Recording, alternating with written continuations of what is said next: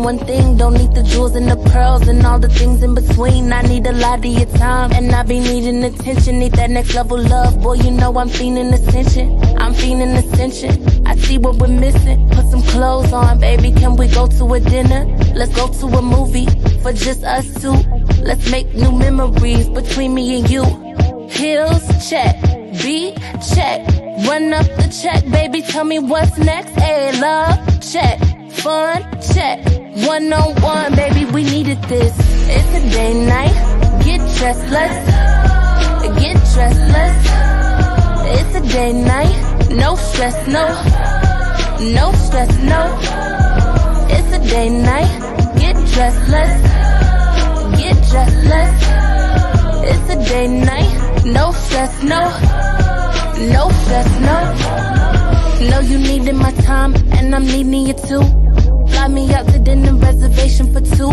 I can't even deny, I ain't even gon' lie, that you really got my heart. Tonight it's a whole vibe. Tonight it's about us, riding round Billy Truck. Know they faces is stuck, unconditional love. Tonight we gon' make some memories, ain't thinking about our enemies. Pop out and we make a scene and drop about 300 beans. Heels, check. Beat, check. Run up the check, baby, tell me what's next. Hey, love, check.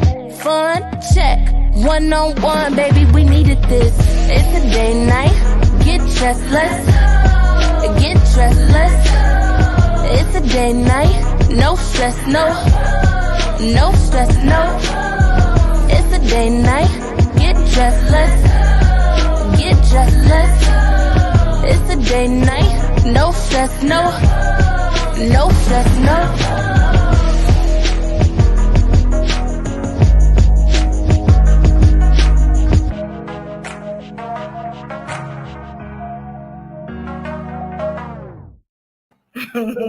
Hello.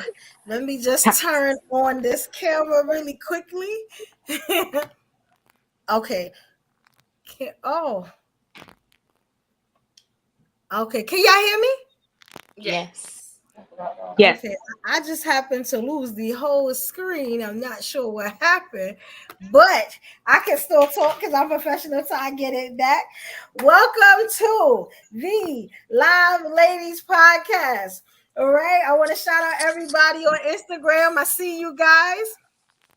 This is a show we do, and it is for women of color. This is every week, every Thursday at 6 p.m. Eastern Standard Time. I need to see you guys over here subscribing to all the channels that we have here, and just coming over to talk to us and see how the ladies do it, what they think, how they feel, and the things that they want to say. All right, and we are going to go down the line. We have my beautiful ladies here. We are going to go down the line. We're going to start with the beautiful Ruby Doll. Tell a little bit about yourself and where they can find you. What's up, everybody? My name's Ruby Doll. Instagram, Ru_deserves_bliss. And then I'm one half of Motherhood Sex Marijuana in the building. Much love to my queens, my gorgeous inside and out queens up in here. Yes. Yes. Okay. Next up, we have the Queen Goddess. Please tell us where we can find you at. I'm sorry. No worries. Hey, my podcast is Unhinged While Anchored, and I'm Goddess to a Demon across all platforms. All right. Do y'all hear echo? I just want to know. I hear a voice in my ear. Do you guys is that here like it's like a robotic voice in the back? Okay, I know exactly what it is. There it goes. All right, yes. This is our first time streaming with so many different things. I used to do Zoom. So StreamYard is new to me. Please have patience with your girl. All right. So next up, thank you, Goddess. We have Miss Oshun. All right. Can y'all still hear that echo? Y'all can't, right? No, I can't hear it. Can you hear me? Okay. I can hear it really bad. Yeah, that okay. Let me just mute. Yeah, I got you. Okay. Can you hear me? It's not you, Brooklyn. Can you guys hear me? Is that much better? Who is that? There's a weird voice. that- I'm thinking it may be There's me. like a voice. We Don't are worry. being By the time I haunted. post this We will are be in the being stream. haunted on live YouTube. The first ever Haunted Ladies Night, hosted by Evolution Brooklyn. You know, we are gonna get it off right. We're nurturers, and that includes Spirit, I guess. So welcome, Spirit. Just make sure you leave us the heck alone. We do not want to be touched or bothered. That's better. Yeah, hear it better. You know what it is? I'm hearing two different things. That's what it is. So I just got to turn one of them down. Okay, so yeah. I'm gonna like a mute on both of them.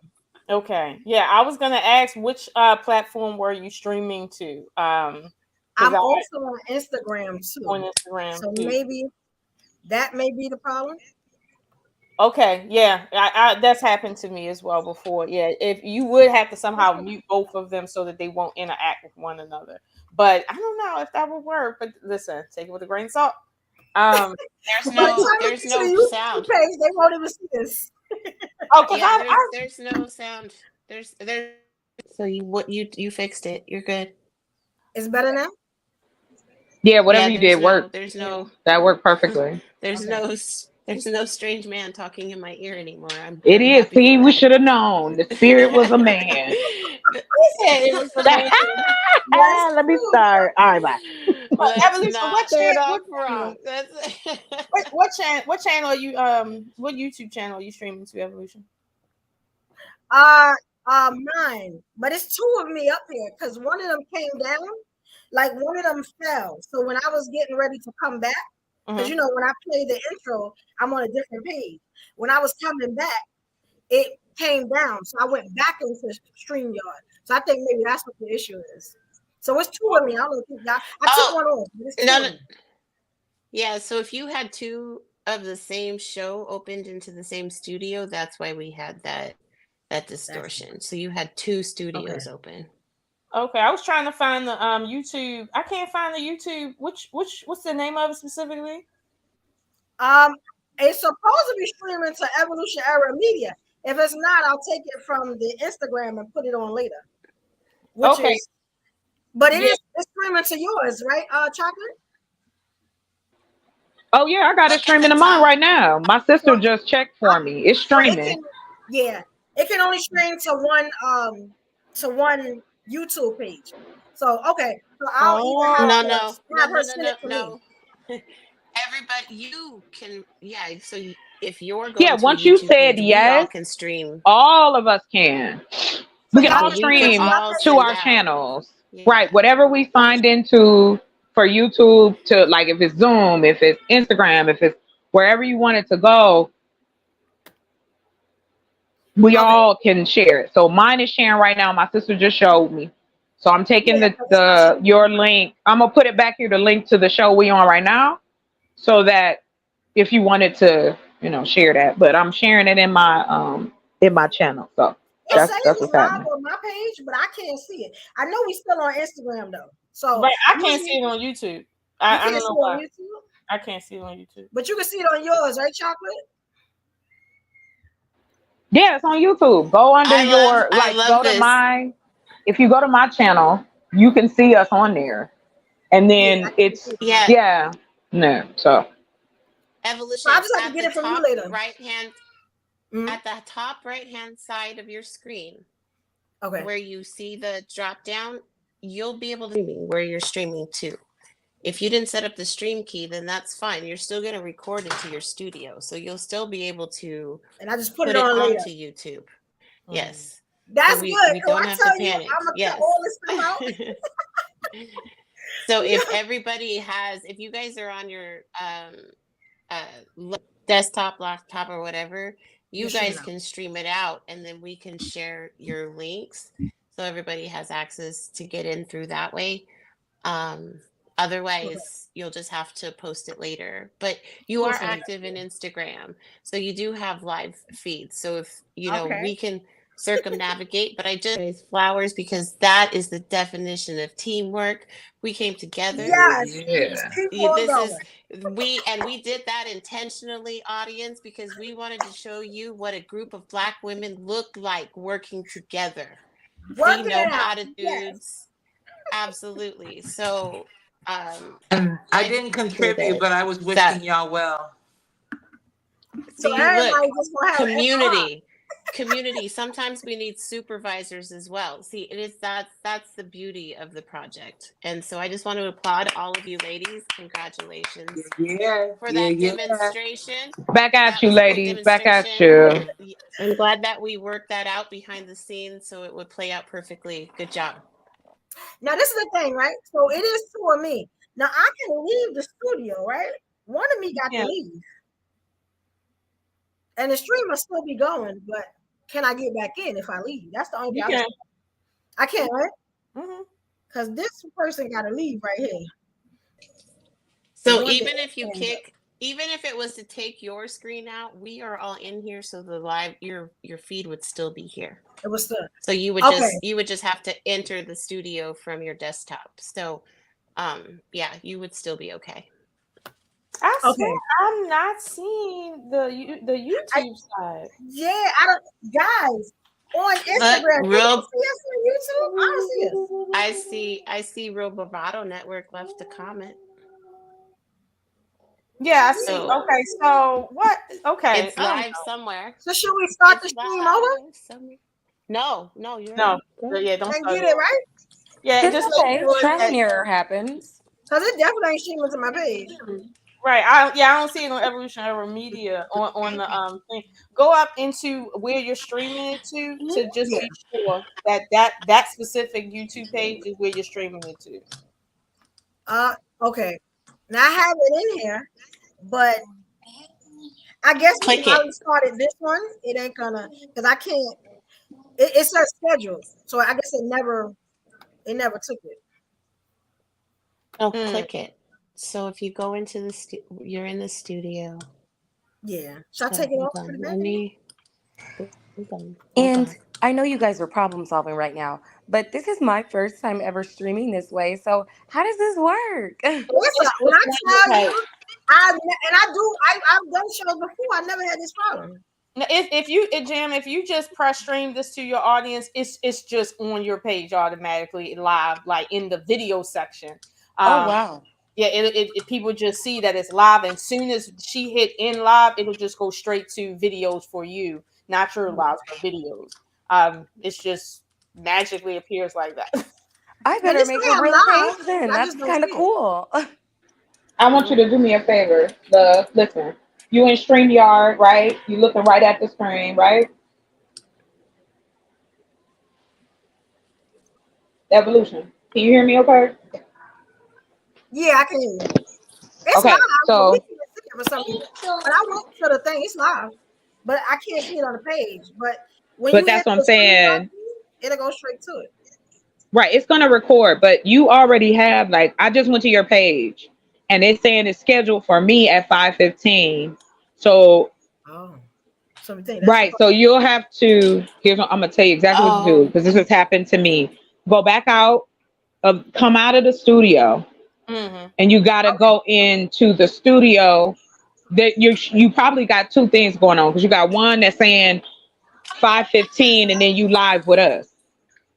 But it's streaming though. It's streaming to my channel, so I don't know. Yeah, it could be streaming to your channel, but not her channel. Okay. Well, at least if anything, if you don't have it, it'll be here, and I can give it to you. So. We good to go. You got to back up. Yeah, you got it. Okay. Let's go. Let me stream it over there on Game of Thrones. All right. So hopefully y'all people come in, but whoever from Instagram, hopefully they come in with. All right. So so I just want to make sure everybody shout out their channels and their information and everything. So who was next? What's on stream? Did you get to shout out your channel? Yes, I was next. So yes, I am Miss Oshun. My actual name is Lola. My nickname is Oshun. I go by Miss Oshun, and you can find me on social media at Miss Oshun Possible, and I have a couple other YouTube channels, The Love Experience on YouTube, and Game of Dragons also on YouTube. So those are not on Instagram. People keep looking for those on Instagram. They're not. It's just Miss Oshun Possible on Instagram. I know that's kind of weird, but that's me. Those two platforms are about totally different things, but they're my passion. So at least my online conversation passion. I got other passions too. So those are in this physical life. But yeah, I'm happy to be here. I feel rested today, so they might get me in my Femi, but we'll see. Yes. Yes. And as we keep going, I just want to shout out some people on Instagram. I see you guys. Mom's Refit. It's a couple Slim Daddy mine. There's so many people. I just want to shout out King After Dark, Thick Star, Laugh Now Network, Harry Hagen. I just want to make sure I shout you guys out. Also, Miss Asia Hawkins, I love you guys. Thank y'all. Rest up. Thank y'all for the support. I appreciate I just want you to know that you just stressed us out for no reason because it's active on your page, my girl. It is. Why I can't see it? What page is that? Evolution Era Media. The YouTube page? I can't. That's where we wanted it to go, right? Maybe I need to come out because it wasn't showing for me. Like maybe it's, I don't know. I love you, ladies. Yeah, I'm saying it. Oh wait, hold on. Right now I see it. Oh my goodness, this is weird. I still don't see it, and it's still. I see it. I see it. It's on your page, but I see it. It's. I just want to say that Evolution, you wouldn't need to see it. You're the host in the studio. It's all coming to you. It's all coming to you. You don't. It's all coming to you. Do y'all hear echo, Mom? Y'all still hear echo? No. Okay, because it's two of me. Now, in the event, you know what I'm saying? If I had to have my way, I would love two of me. But that's a little. Right. No, you good to go. You good to go. I muted one, but the other one is still here. Next up, who we have next? I just want to make sure because y'all keep moving around. Okay, so I tell you, Stephanie, are you here, Stephanie? I want you to. Yeah, I'm here. I'm trying to keep up with you guys.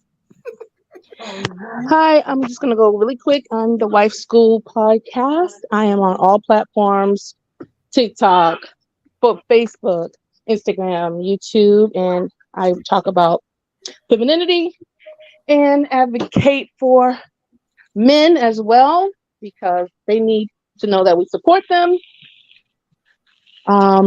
Also, Wife School is about a school of thought about being a wife before you get married. So let's just make that clear because a lot of people get it a little twisted sometimes, but it's okay. But I'm glad to be here to see what's going to transpire with the topics and the discussions. Yes, thank you, Queen. And this one, I know with this many people in here. It is two of me. But I'll shout y'all out in a minute. There's a couple people here. Okay, next up we have Jam, the Queen Jam. I know you're new to this. I will make sure you come all the time, Jam. Please introduce yourself where they can find you regardless of what platform it's on. Well, thank you. My name is Jam, and I can only be found on Instagram, and I'm Jam there too. It's J with 8 A's and 1 M, all the dramatics included. I don't really know what to say about myself. I'm just here to teach, talk some shit, and learn a little bit. That's about it. Yes. Bam, Jam. Thank you for the welcome, ladies.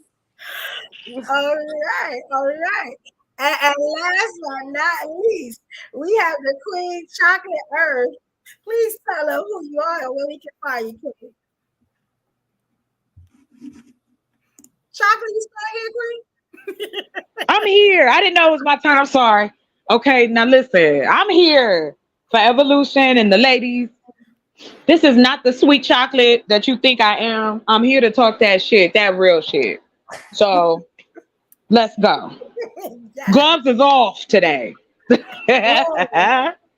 love, ladies. Let's do this. I'm excited. I'm excited and I'm honored because I know how hard it is out here as a Black woman being a content creator, especially in a Black space. It's hard. So I commend all of you for following what you like, what you're passionate about, and not letting anyone, male or female, tell you who you are. So that's why I'm here. Let's go. Love it. I love it. I want to share something too with you guys because I feel so much love here, right? You can't deny it. But I just want to share something. Praise to the Black woman, for real, for real. My ancestors, the whole world was Black at one point, okay?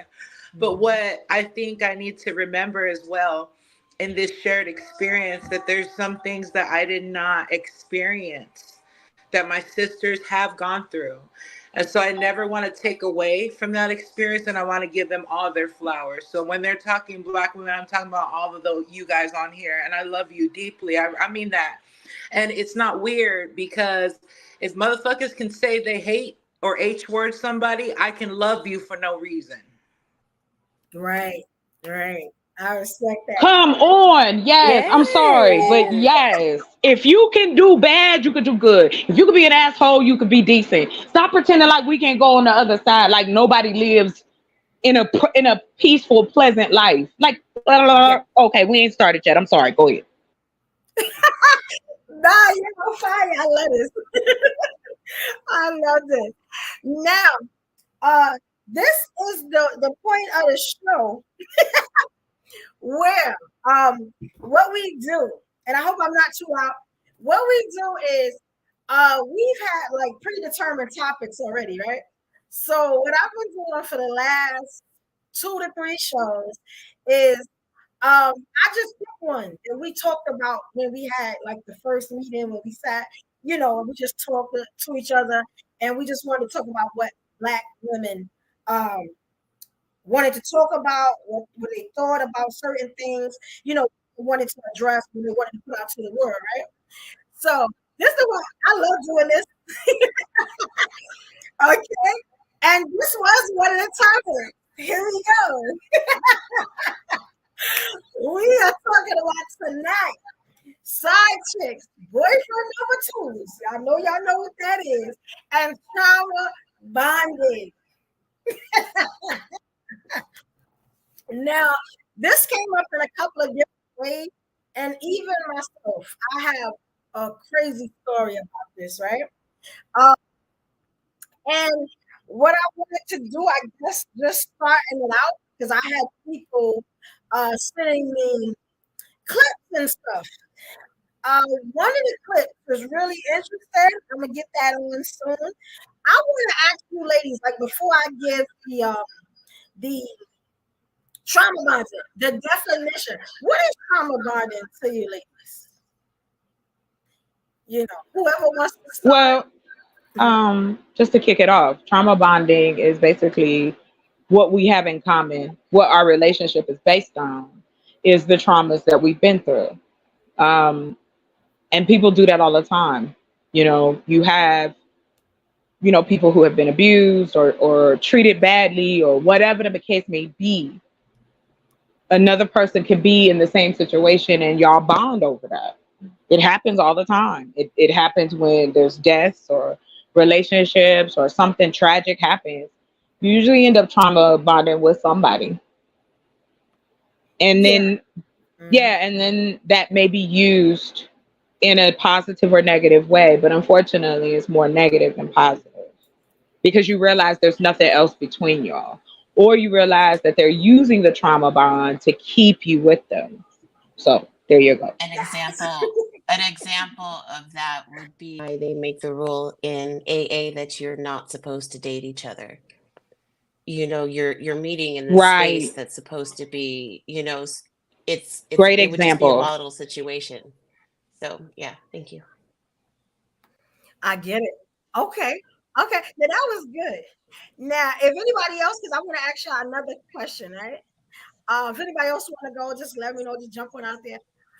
What does trauma bonding mean as a Black woman? Like, does it have a significant part of your I life? think with trauma bonding as a Black woman, I think that just in my personal opinion, it's just getting comfortable with the things that may excuse your behavior. Like if you've had a bad instance in life, you can relate to another person or people that have had those same things, but rather than encouraging or finding solutions on how we can come out of the bonding is solely just the trauma that we've been through. Okay, I like that. Y'all are killing this. Okay, there's some questions I want to ask, right? Because y'all killed it. Y'all kind of just ask away, sis. Ask away. Okay, now so we're gonna come back to trauma bonding, but that's pretty much the focal point I want to get into, because I found some really, really interesting videos on side chicks, right? But when I had said something about boyfriend number twos, people didn't kind of understand what I was talking about, but shout out to Pleasure P, because there is a whole song about it. It was actually one of my favorite songs. And it's like having a pair and a spare. That's what my grandmother told me. You don't settle with one. You ain't married. You need at least 3 on deck. I'm just saying. I think that's what you mean. I'm just saying that. Yeah. I don't believe in either concept. I think that unless you have that kind of arrangement, there's an integrity issue, and then there's a conflict for me. So the basic principle, it creates secrets, which is a lie, and I don't do lies.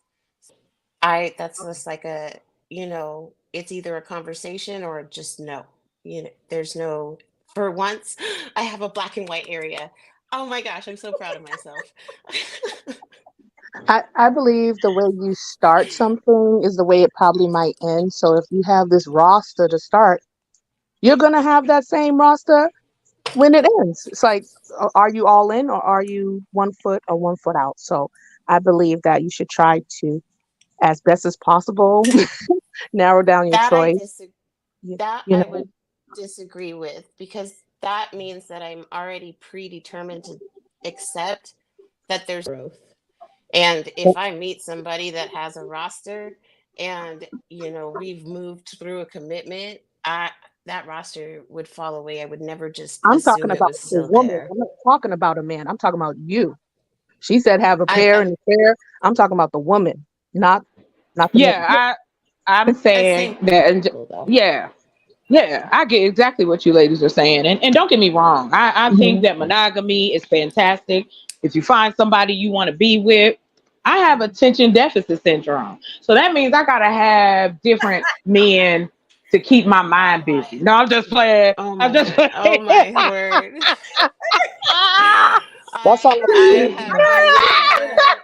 I'm going to use that. I'm going to use that next time. If I get caught, if I get caught, I'll just say, baby, I have a short attention span. I love you. I'm not cheating. Right. I'm not cheating. Distracted. I'm not cheating. He my distracted man. That's all. That's all. He keep me undistracted. Okay, this ain't gonna work. That's relationship is over. I'm just gonna say. Okay, go ahead. I'm sorry. Your stuff will be outside when you got home. No worries. Oh, listen, hold on. Here we go.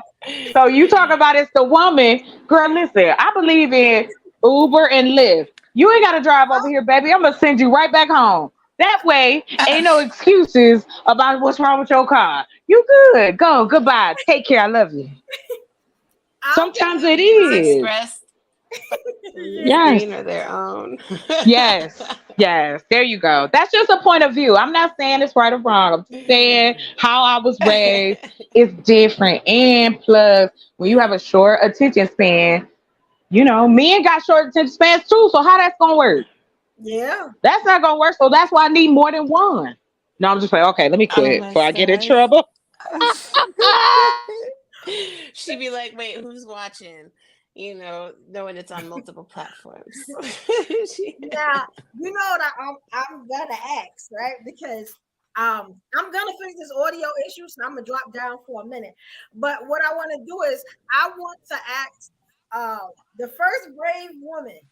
Do you have like a side dude story, or maybe where you got caught, or you got embarrassed, or you handled it like a G?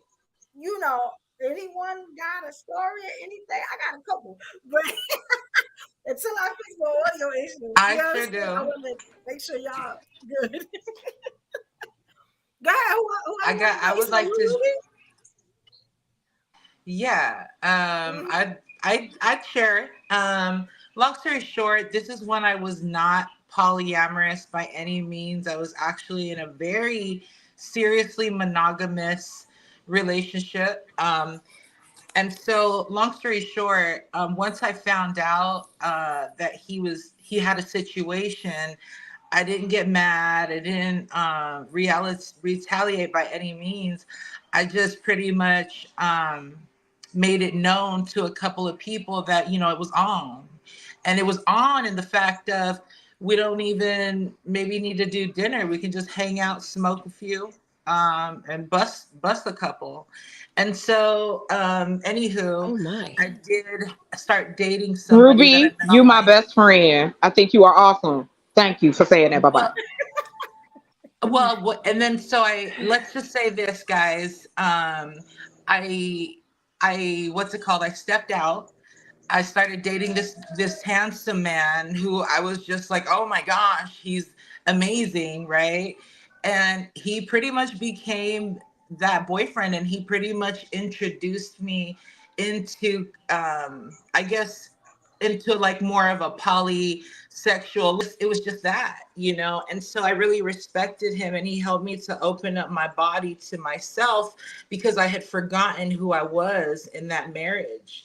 I was so deeply depressed, and I was faking it for my children. And I was just lying to myself. So it feels so good to be in a different space. Okay, and let me say something. I like that. Thank you, Ruby. Hey, don't start nothing. There won't be nothing. Okay. Yes. I've never been a side piece, nor have I ever wanted to entertain a second gentleman. That sounds exhausting. You know, two guys, all these kids, there's really not that many, but anything more than one is too many. You know, it's just, no, I'm good. I'm good. And you know what? Generally speaking, I think there's a difference from one man having three women than one woman having three men. If you take into consideration biology, psychology, and all that, what have you. So there is a difference. And so I agree with you. It wasn't ideal, but because I felt so undernourished and undervalued, I was like, well, who else wants some of this pussy? You know what I'm saying? You can't be the only one not touching this gourmet meal. I know you, Ruby. I know that's right, Ruby. Where you getting it from if you ain't getting it from here, sir? I got you. I'm with you, sis. 100%. It's wild out here. Shoot. Dating is And like the now I'm wild, very wild west. honest. I keep it very open with my partners. Like, if you fuck with me, you have to know what time it is. I'm not going to mislead you. I've already done that already. I've already lied and cried. And I'm probably the most least jealous person that I've ever seen over my own evolution. Shout out to Evolution. I love you, girl. Yeah, I'm gonna be honest. I'm all into the like starting lineup.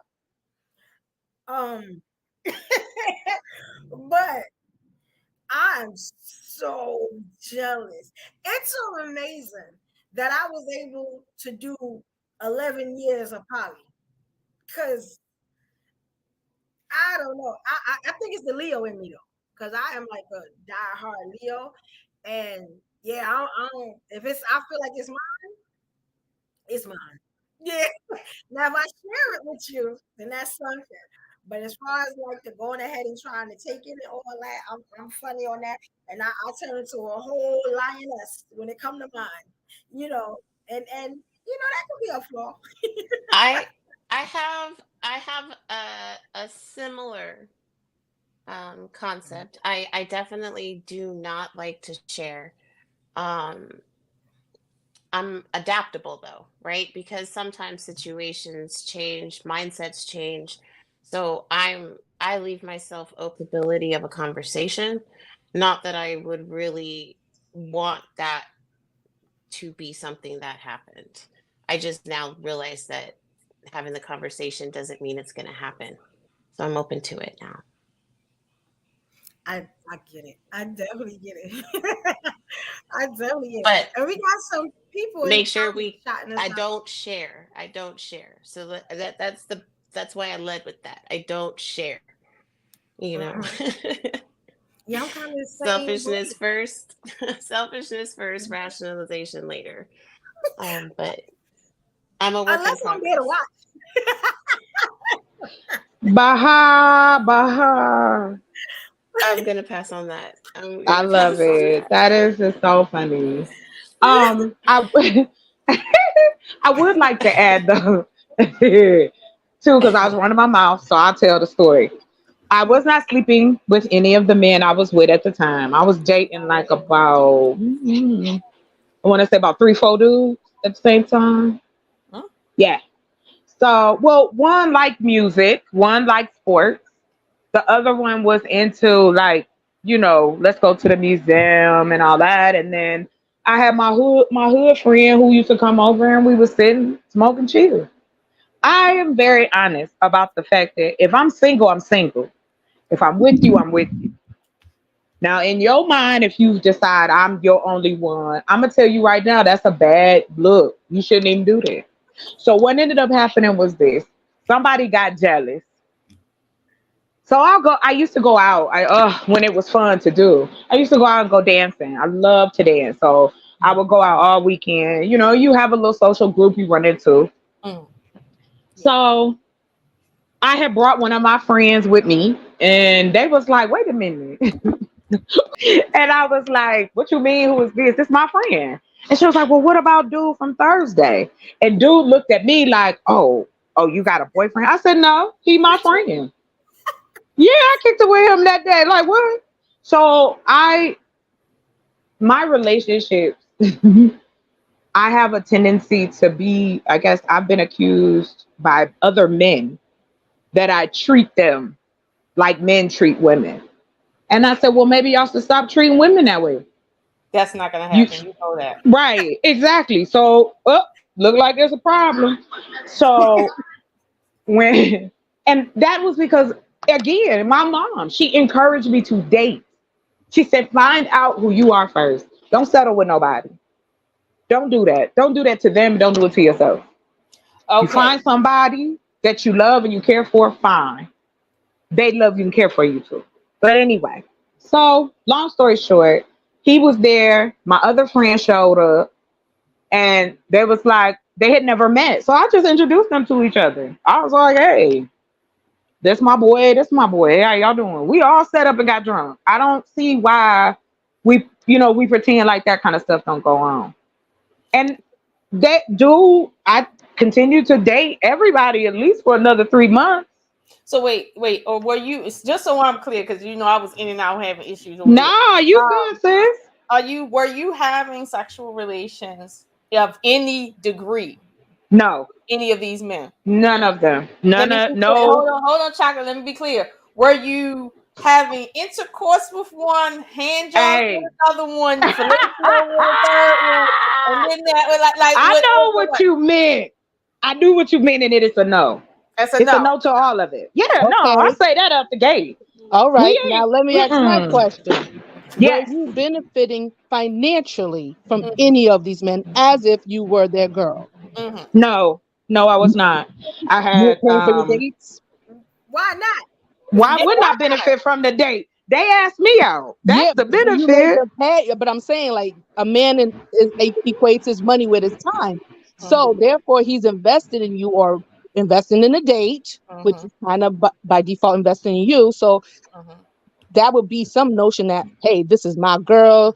And so when they see the other one, they're like, oh shoot, this kind of gets me thrown off, because I'm like, I thought you were with me.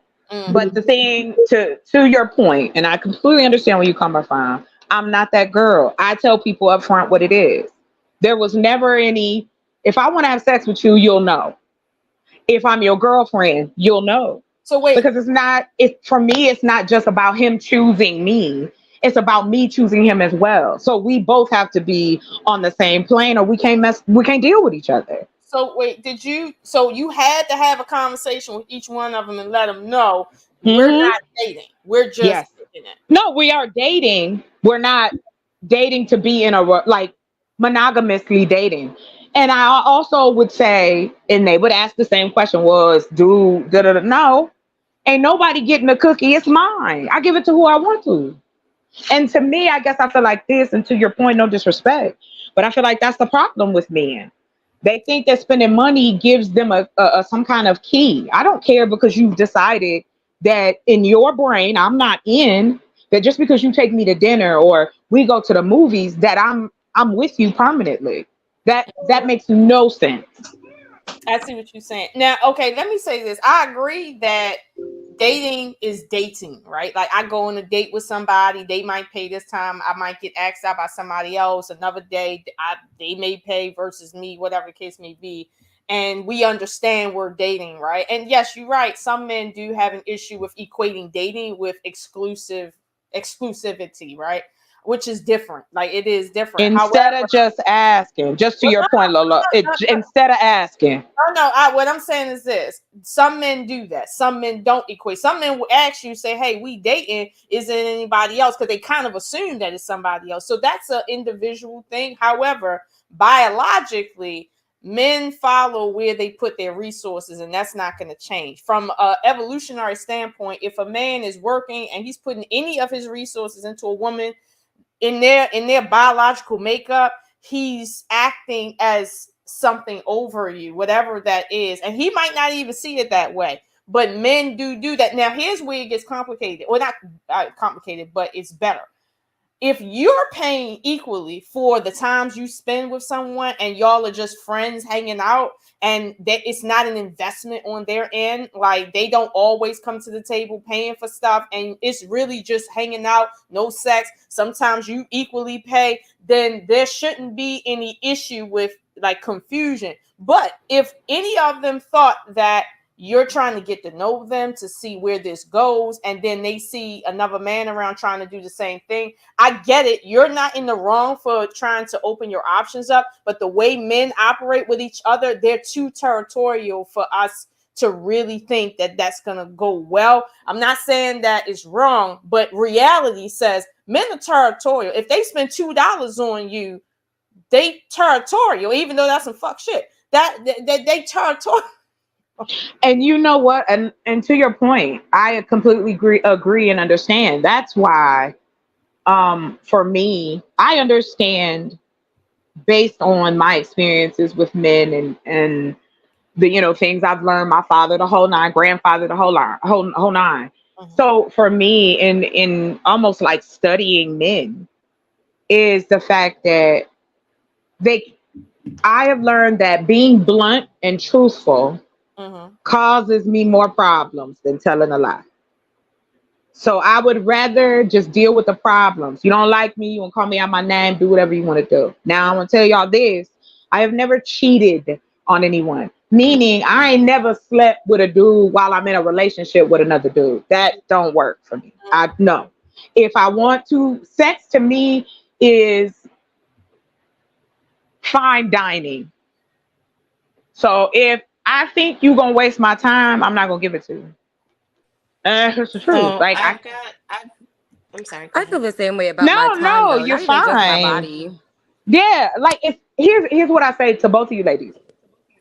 I get, and I don't think what you're saying to me is it doesn't make me feel like I did something wrong. I'm just bringing a different perspective or a different walk of life, right? So absolutely.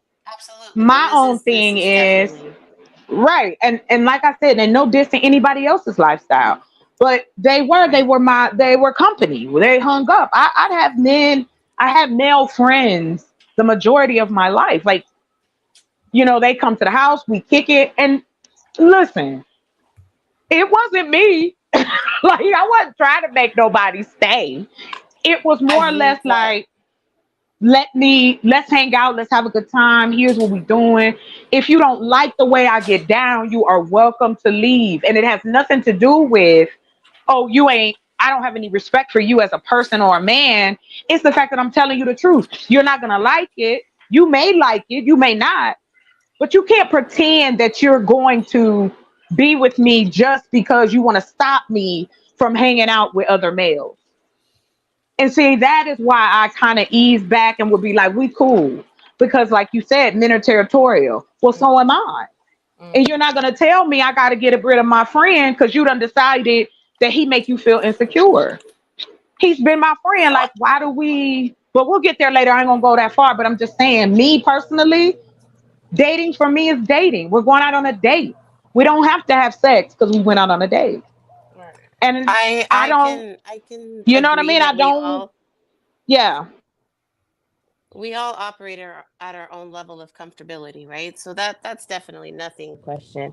My take on dating is a little bit different than I think the panel, because I'm not dating you until we're moving with intention. So if we're in that initial period, I don't want you to spend money on me.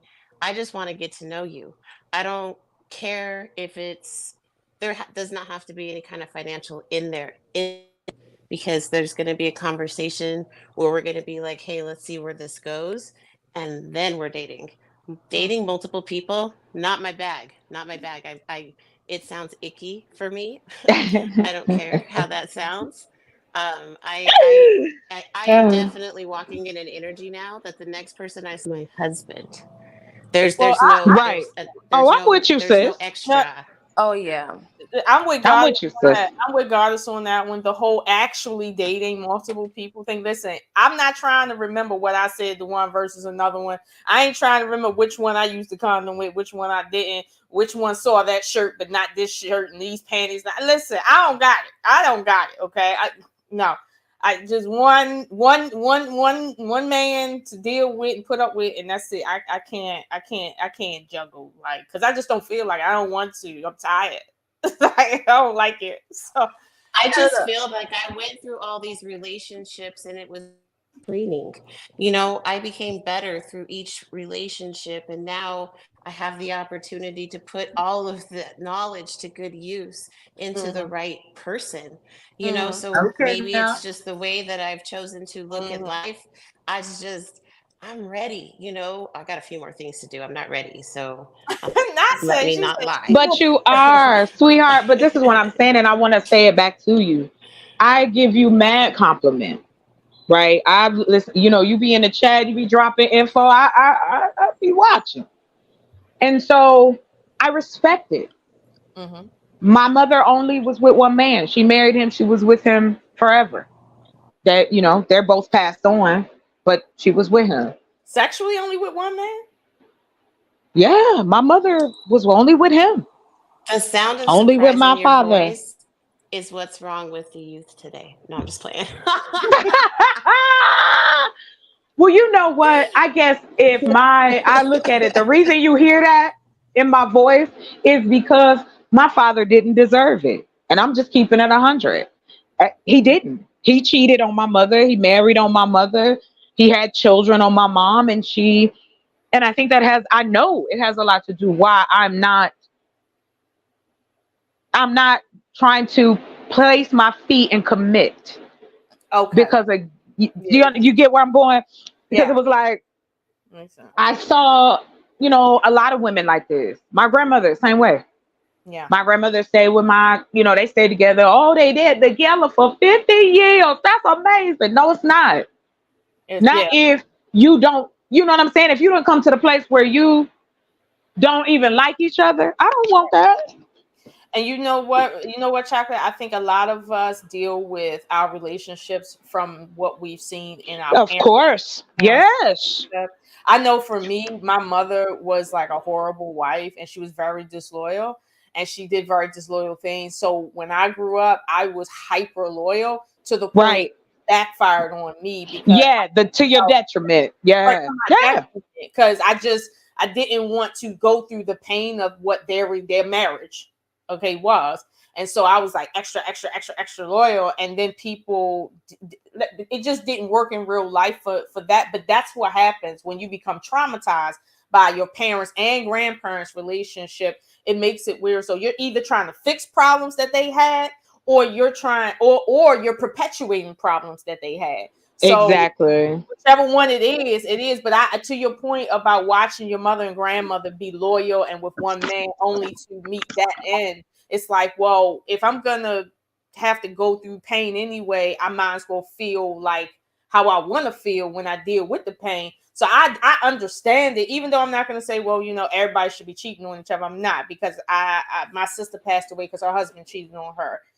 Okay, AIDS is still a thing. Yes, it is. Go ahead, girl. This is the issue that I feel that we all go through at some point, whether it's in any degree, how we go through it, what we do. But like in your case, you were avoiding problems that you've seen. In my case, I was perpetuating the solution to the detriment. So it's a weird dynamic, but I understand why you feel the way you feel given their relationship. Yeah. As a child. Well, see, and to your point, and what you said was great. What's so funny is it was the opposite for my grandparents. Like you said earlier, my grandmother was a hot damn mess. Rest her soul, child. He stayed. He didn't leave. Mm-hmm. There was rumors that one of the kids wasn't his. All kinds of stuff, right? They stayed together, stayed in the house. This man worked 2 jobs. My grandfather worked for GM and he ran a laundry business, I think. And yeah, it was laundry because he had stopped. He had retired by the time I was old enough, but she wasn't. She talked to him like he was trash. The shit she would say to him would be like, "Why are you talking to him like that in front of us?" Right. You know what I mean? Right. And so that was one part of it. And like I said, my aunt shot my uncle. She shot him. My grandmother shot my grandfather. They still together. My grandmother my grandmother shot my grandfather, and they stayed together a few more years. I don't know.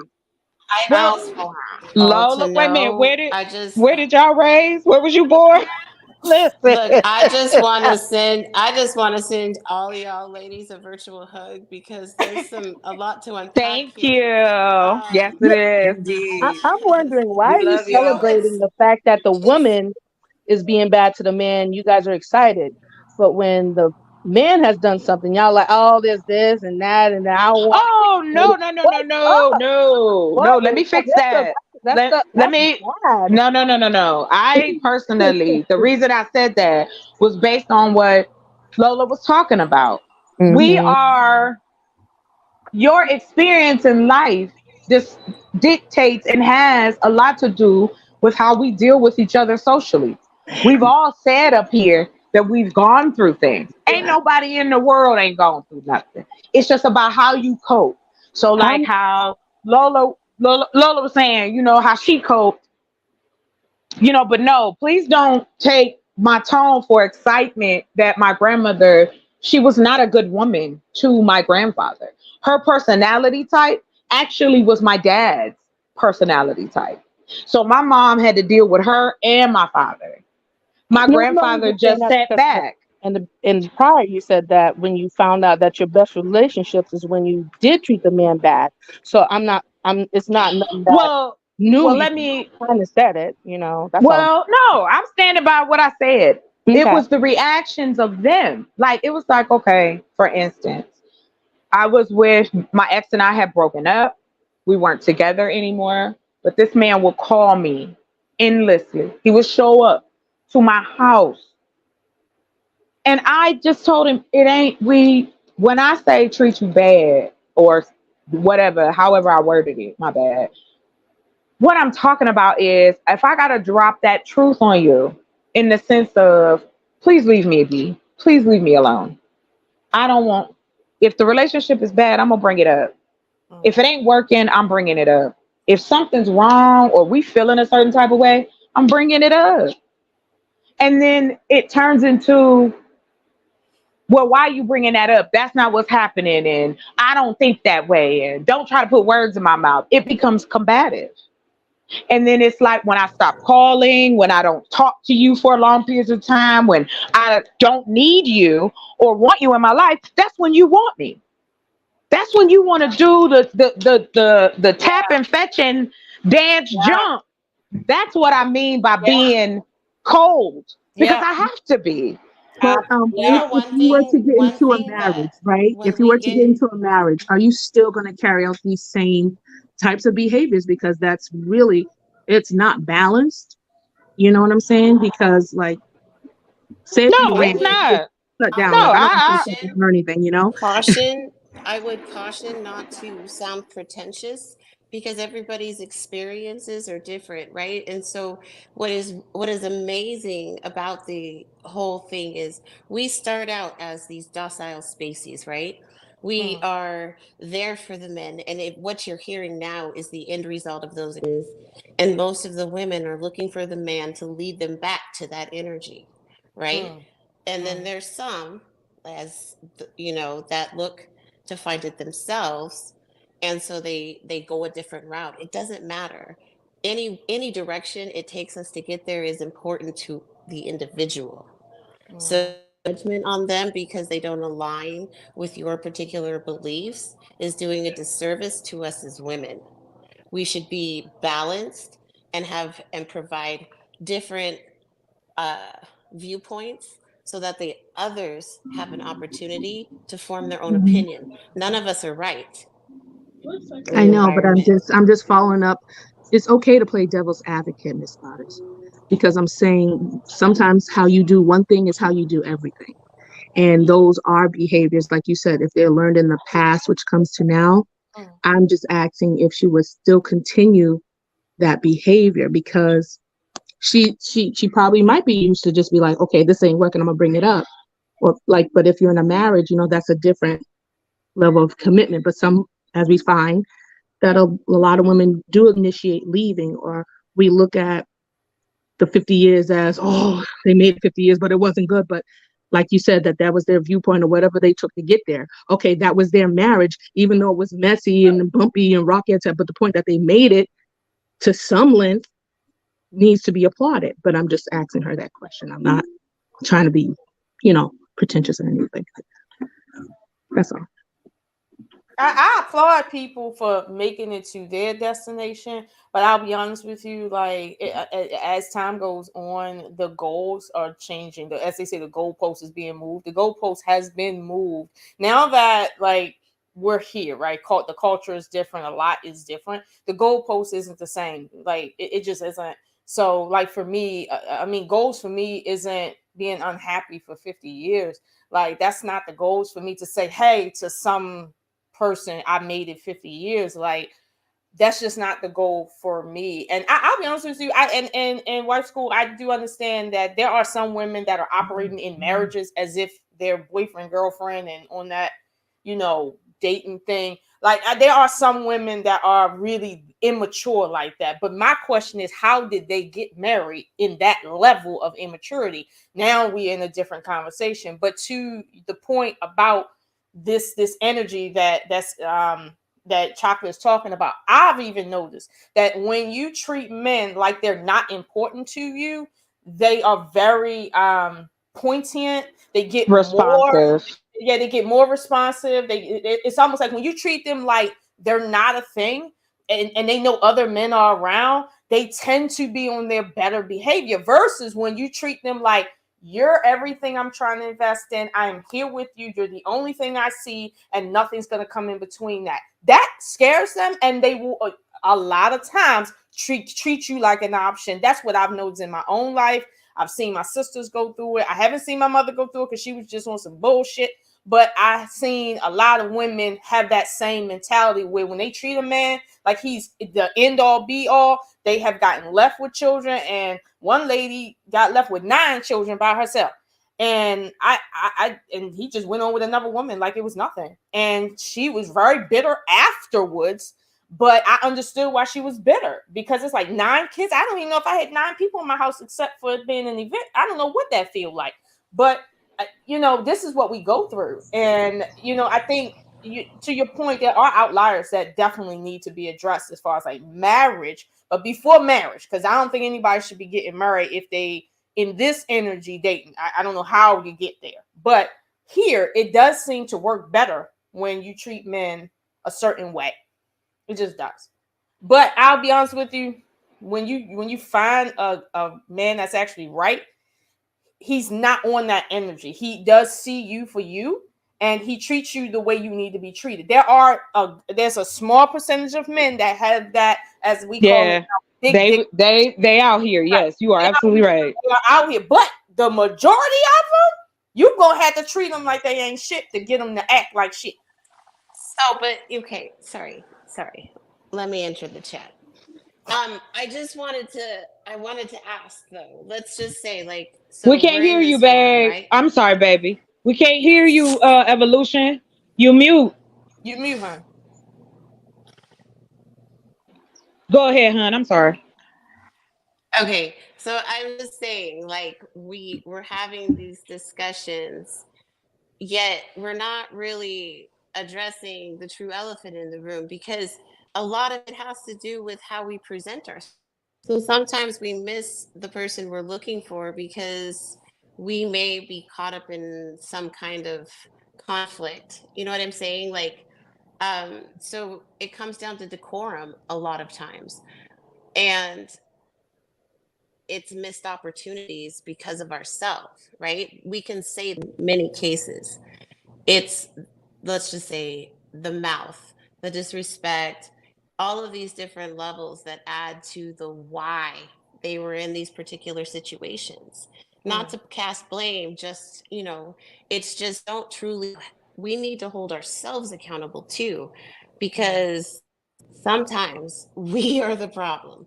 You know what I'm saying? It's not I agree with that. And I don't think women really are out here saying the things that are being like at the top pushed out here. There's a lot of wonderful, smart, beautiful, attractive, loving women, whether they have children or not, all over the country. There's 330 million of us. And now take the adults out of that. We're cracking at least about 100 million people. And us as Black folks, we are rounded to be 48 million. You mean to tell me, and then you got men saying things like you only got a certain percentage of men that all the women sleep with, and they ride with that like it's a fact. They do. And I'm tired. Like, yes, I am. I'm very open. I try to be very transparent. And the reason that is because I grew up with nothing but secrets, nothing but bullshit. People weren't really caring about each other. How you care about me, turn around and talk about me behind my back. I know 100% that affects how I'm going to be as an adult woman. I have fought and worked on myself to understand why I do the things that I do. And if I can change them, or they're just things that I'm having trouble with, I pride myself on being self-aware. I'm alive. I tell people that in a minute. And my also thing why I just keep it separate and keep it date, because I'm like this. If I can't be your friend, like we can't be friends, we can't trust each other and put that foundation down, I'm not giving you my body. Because it's like the work has to be on both sides. So it's just like, I'm having fun and doing what I want to do. When I'm ready, or if I meet someone that wants to get married and we both vibe and can both give each other what each other is looking for, of course, I have no problem with that. I have no problem saying, okay, I'm done. But like currently, I took myself out of the dating game because I knew that my focus was my business. So I'm not dating anyone currently. And I keep it that way. And it doesn't bother me. It doesn't make me feel less of a woman. It doesn't make me feel insecure. Men hit on me, that's cool. But I'm not, I don't know. I guess the way I could say it is this. The reason why I'm not like overwhelmingly for me personally jumping up or put myself in a position to get married to someone is because I really wrestle with whether or not I even want that. I like my freedom. I like doing whatever I want to do when I want to do it. I don't want to ask nobody for permission. And I don't want anybody thinking that I don't care about them. I like my time alone. I like doing certain things. I like to travel. So, of course, why wouldn't I, instead of, I don't want to hurt nobody. I don't want to pretend to be something for somebody and I'm not, just because society says, well, you at this age, you really should be married. Oh, your community looks at you funny and you should be married. They also told me I should have had kids. I wasn't married to nobody. And people was like, why don't you got no kids yet? Dudes would ask me this. You know what I'm saying? So I apologize, I'm a land because I went on way too long. But I will say this. Yes, I don't agree that there's an elephant in the room. What it is that you have a room full of women who walk the world differently, but yet similar. I have all the respect in the world of marriage based on what it's been defined in this society, but that's not what's happening. And I just feel like we don't even raise our children in our community to be that. Like, we don't push that. So it's just like, we also have to give into conclusion that it's not just about blaming people. It's about seeing how all of that affects you and your perspective of life. And we see that there's a lot of damage. I'm not afraid of men. I'm not scared. I like them. I really like them. I like the way they look. I like the way they smell. I like beards. I like all kinds of shit.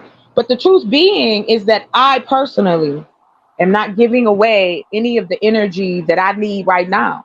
It's just not something I can do. And I can be honest enough. And I've told men this in this process over the last few years. So I'm done. Y'all go out get some water. I talk too much. I love talking to y'all. This is great. All right. So I'm the same way. I'm the same way. But what I was going to say is, yes, we can hear you. Okay. Yes. Yeah, because I wanted to show y'all what was going on around y'all. The thing that I completely respect about your testimony right now was the fact that it's based in a truth. If we presented to the other person a choice, and I think that's where a lot of the conversation is missed, is we don't give the other person the choice, And so, like, for me, I personally in a completely different space where I recognize some of where I'm weaker right now, and I not completely get strength there, but enough that when my husband arrives, I'm ready. And so I have taken a more self-direct approach. I took myself over the coals.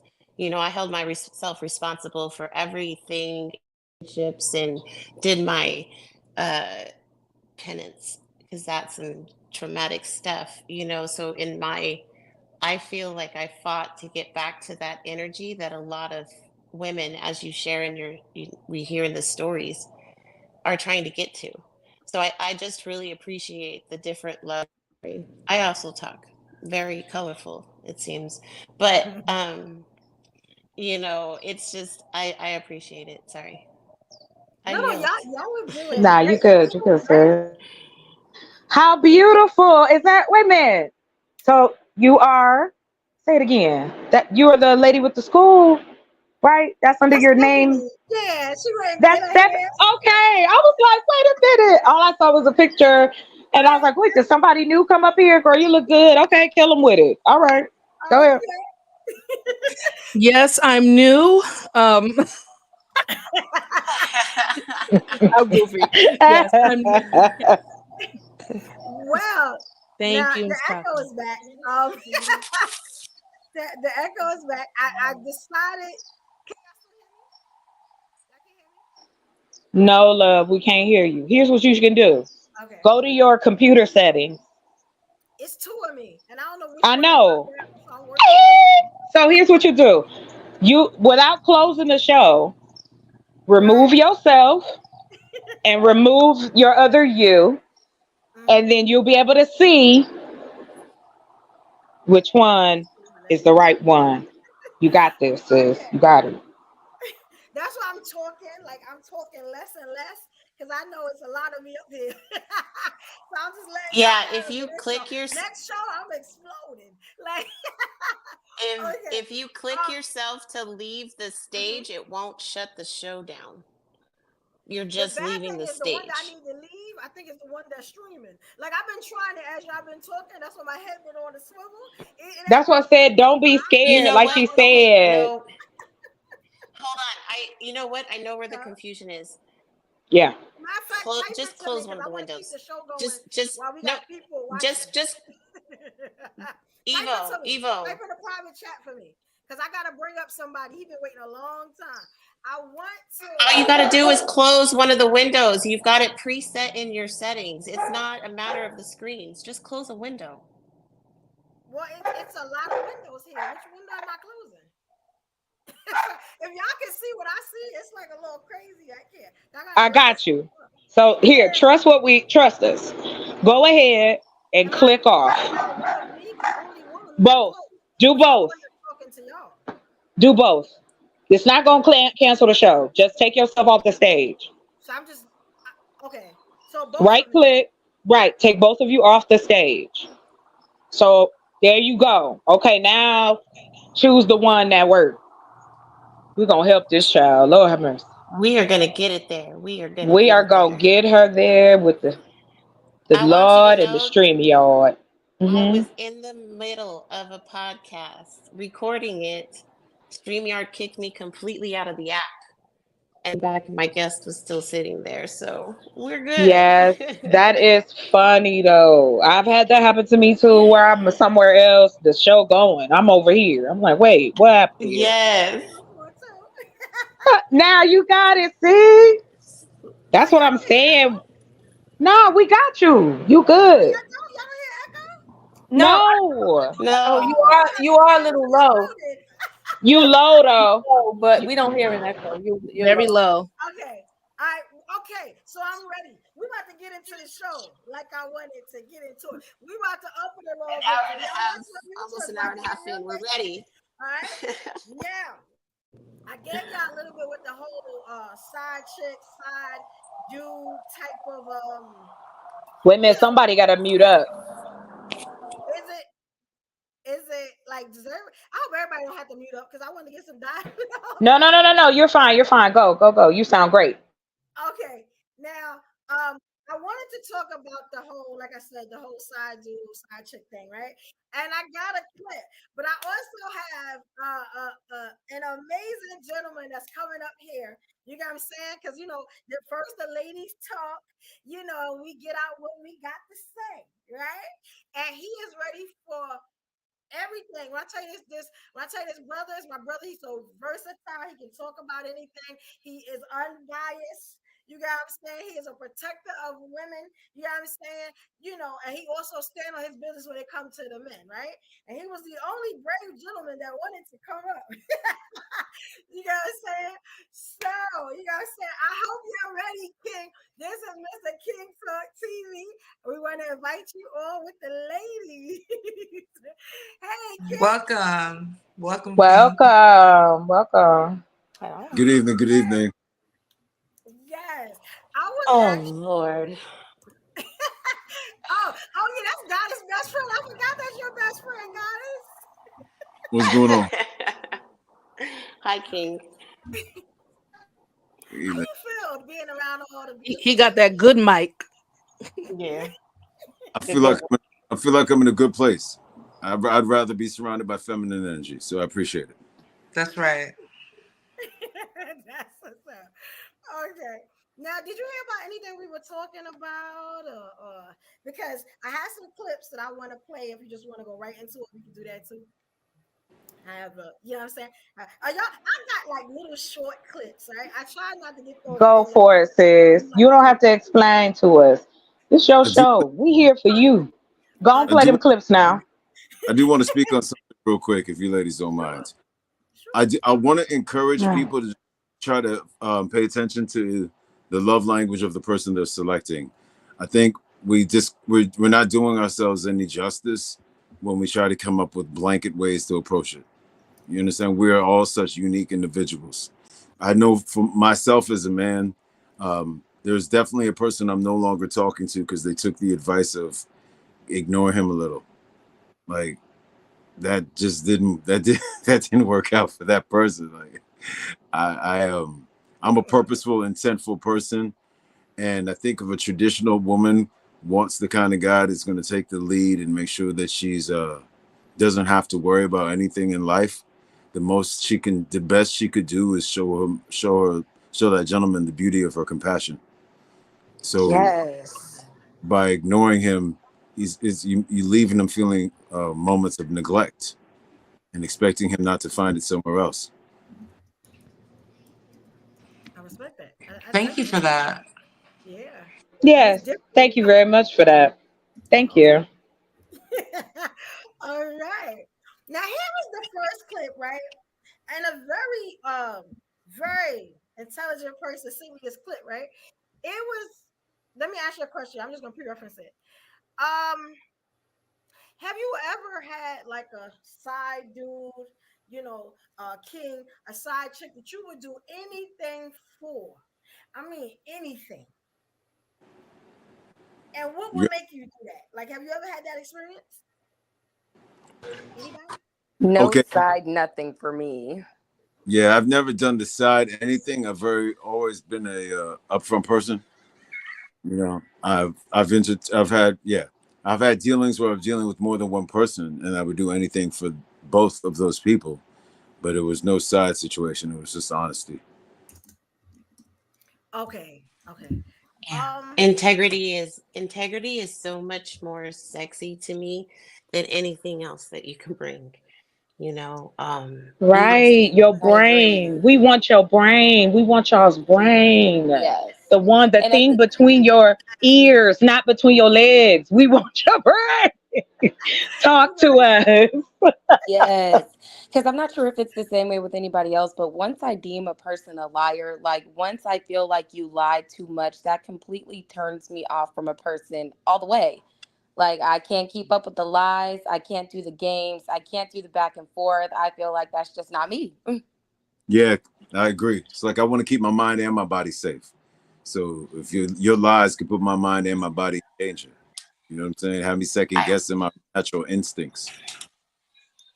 I agree fully. I wish I could be definitely. And that's because that could be situational. I mean that I would have to address that on a situational basis.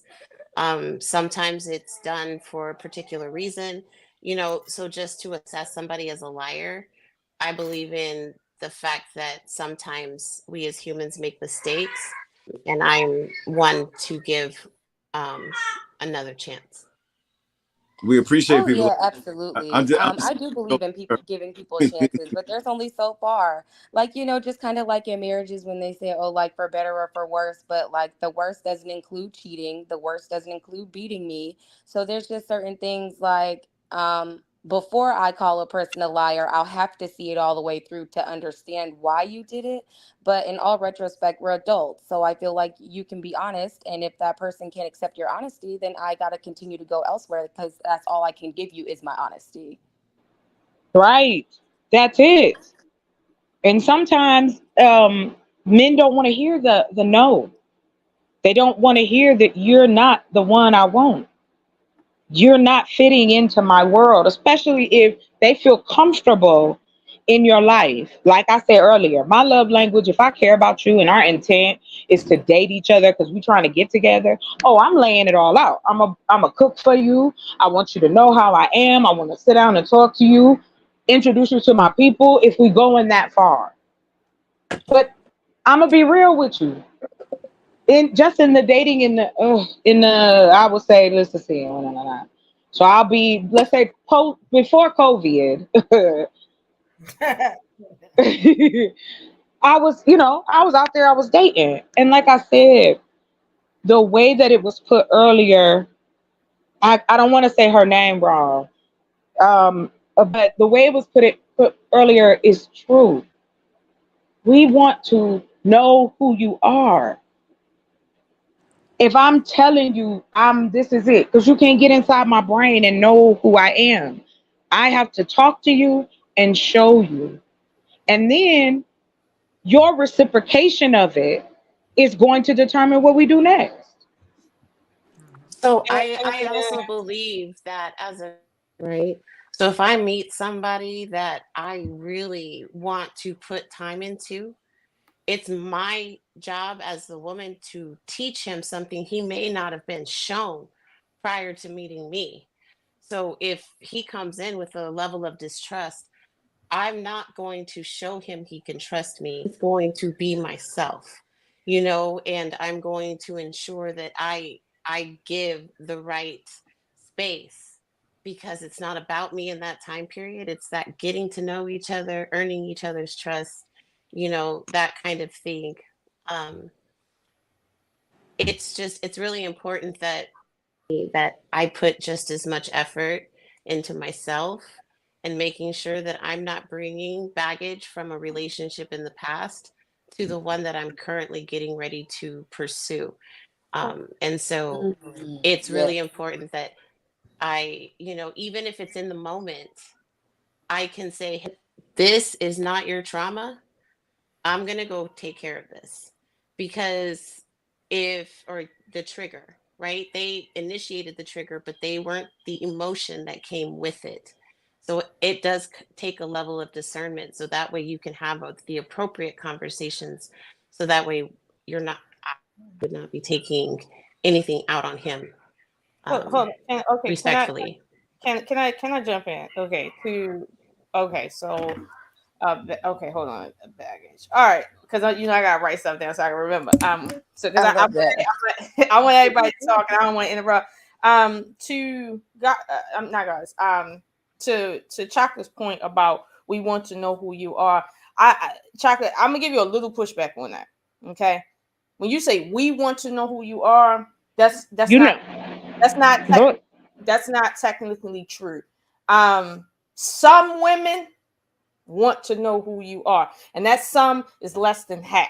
Okay, most women are in the struggle and they don't got their shit together and they just trying to get a bag and get their bills paid. They don't want to know who you are. That don't profit them. There's a small amount of women, meaning less than half, that genuinely don't need your money per se, ain't looking for a bag, ain't trying to use you as social clout, and they want to know who are you beneath the surface that nobody sees. There's a very small amount of women that want to know that. And I think as women, we need to be realistic with our sons and with our men that, listen, most women you meet don't give a fuck about you. Let's be clear, okay? You're going to have to learn to discern between people, okay? And then specifically women, meaning you're going to have to pay attention. Now, paying attention to William Graves in the chat, talking about paying attention. The reason why you're asking questions the way you're asking questions, and I think you did say you were deaf, so I hope you have the closed caption on right now, because you're asking a lot of questions. The reason why you're asking these questions in succession the way you are is because you're not paying attention in real life enough. So you will ask strangers questions like, why do women divorce men and men divorce women? Like, there's 1,001 reasons why people get married and divorced. We're not really concerned with the 1,001 reasons as if there's only supposed to be one reason why people get divorced. As someone said before, for better or for worse does not include beating my face into the point I can't see out my eye. That's not for better or for worse. So we're not going to argue all the reasons why. That's not what we're going to do. But what you should do, sir, and this is just a suggestion, I'm not trying to tell you what to do, but when I see men asking strangers this level of questioning, I know you're doing that because in real life, these are questions, but these are questions you should be able to see for yourself. Like in real life, if you're paying close enough attention to what you say you're focused on. And that's not to put a diss on you, but even I had to learn that lesson, to pay more attention and stop just wanting things to be right. Pay attention so that life can be right for you. But then going back to your point, Goddess, about baggage. I'm be honest with you. You're right. You see what I'm saying? You shouldn't bring baggage from other men to another man, because I don't want no baggage from another bitch. But here's the thing. We all bring baggage, whether it's baggage from other like romantic relationships, or baggage from parents, or baggage from friends, or just baggage from, let's say, personal things that then happen to people that they bring into relationships. And again, it goes back to the 1001 reasons. Right now, a man can bring baggage to a relationship from his relationship with his father. You see what I'm saying? Or he can bring baggage to a relationship because he has something personally wrong with him and he feels insecure about that ever since he's been a child, and he's been teased a lot about it as a child. So he feel he's bringing that baggage to you. Now, that's not a relationship, that's not a parent relationship. He wasn't sexually assaulted, but that is still baggage that's going to affect your relationship with him. So we all bring baggage, but I think the overarching issue is you should be striving to figure out where your baggage is. It's not to say hyper focus on it every day, but you should be trying to say, hey, if somebody mentions something to you, you should be an adult enough to figure out, oh, is that coming from when my uncle touched me the wrong way? Or is that coming from the fact that I never felt like I was good enough in this area when I was a kid? Or is this coming from here? Like, you should be able to self-assess. Are you dealing with something in your relationship that has nothing to do with your relationship? It has everything to do with something in your past. That is something you have to do as a person, or you run the risk of losing your relationship. Now, if you're fine with that, cool. But if you're not fine with that and you want to grow old with somebody, you're going to have to do that. And honestly, to a degree, nobody can teach you that. You just going to have to figure that out. But that's what I got to say about that. So I agree with you, though. I'm not disagreeing, but to a large degree, like, look, everybody got baggage around here. I bet, listen, my bag is smaller than yours or bigger than hers, but I still got a bag. I got a bag. You're right. I just chose to work on mine to my husband. And so you're right, though. A lot of people aren't able to do that. And the majority of relationships are bringing all of that stuff forward. It comes down to, like you stated, how you can handle it and how you effectively communicate it, and it's like holding you responsible for this emotion, even though your action right now caused it. A lot of women are in that mature mindset. We're just not given opportunity to show it because there's already a fisticuffs before we even have opportunity to process the situation. Unfair at disadvantage in many cases because due to all the conversations talking about the same group of women, we're all subjected to the rules and views and everything that they are, although we are nothing the same. I just wanted to add to what you ladies were saying. Go ahead. I'm sorry.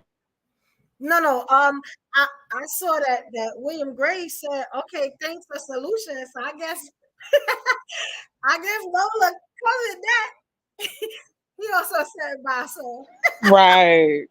But what she was speaking was facts. Right. Where should I no lie detected? That's all I'm gonna say.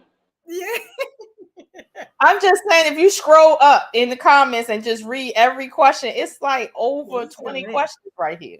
It was quick too. I was like, I ain't gonna put Damn, maybe he just want to know. Maybe he writing a book or something. I'm gonna be real with you. I think if they're brave enough, you should interview women. Like, really ask the questions you want to know. Because the stuff that we're talking about is fluff. If you're insecure, you're going to bring that in a relationship. Mm-hmm. As we're talking right now about openness and awareness,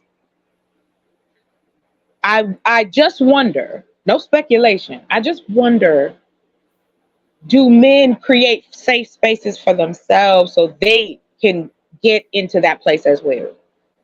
Huh. No. Do they have the option? Because in all honesty, it's not us calling them simps. It's not us saying that this man is weaker than this man. And I'm strictly speaking about the space. It's almost like the schoolyard. Mm-hmm. You got all your cliques. Everybody is doing their thing.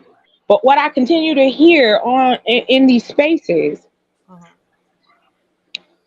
is that the self-awareness isn't there. You don't want to look in that mirror and turn it. It's hard shit to do. And I'm just being real quick. In what was just said, the journey I've had to go through, and I'm still, every day is a process. I don't want anybody in my life that I can't give myself to. So that's why I keep it light and friendly, because I can't commit to you.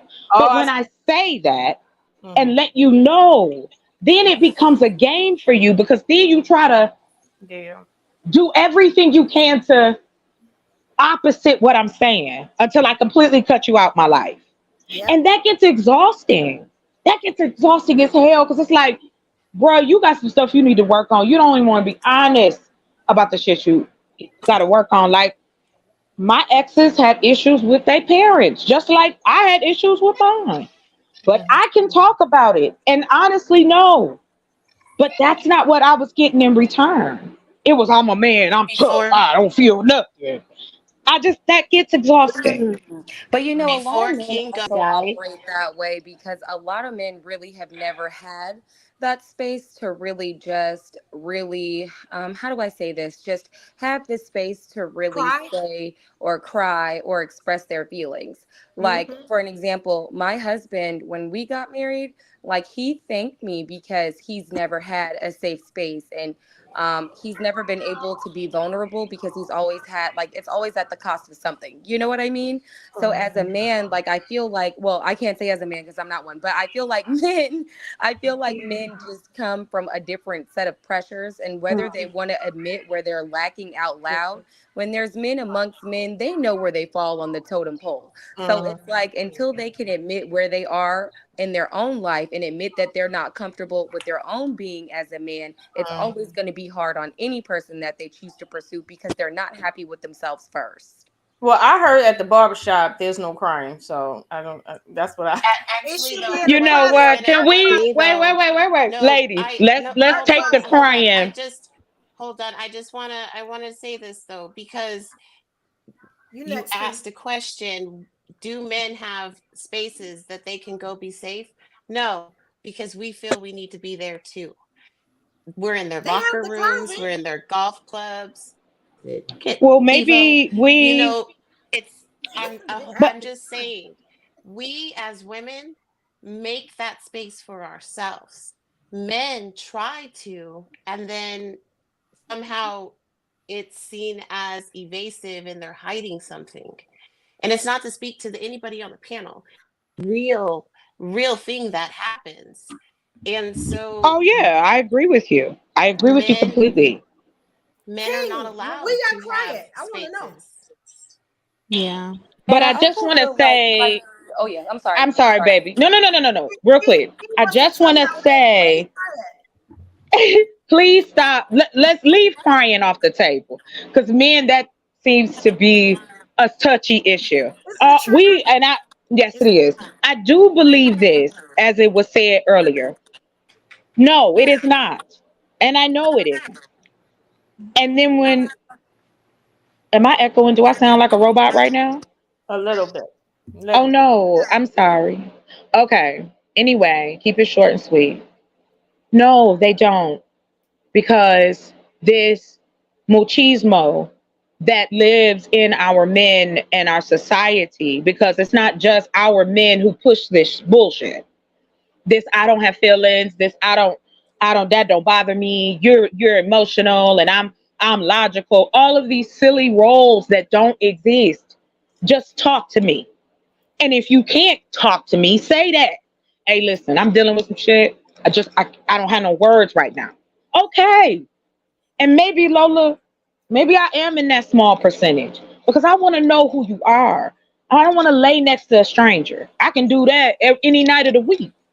It ain't hard. So wouldn't you? So my question would be: wouldn't you want to adapt to learn him instead of making him tell you? Because men by nature are not communicative in that respect. Well, I say this. I'm just saying, this is just. I'm not.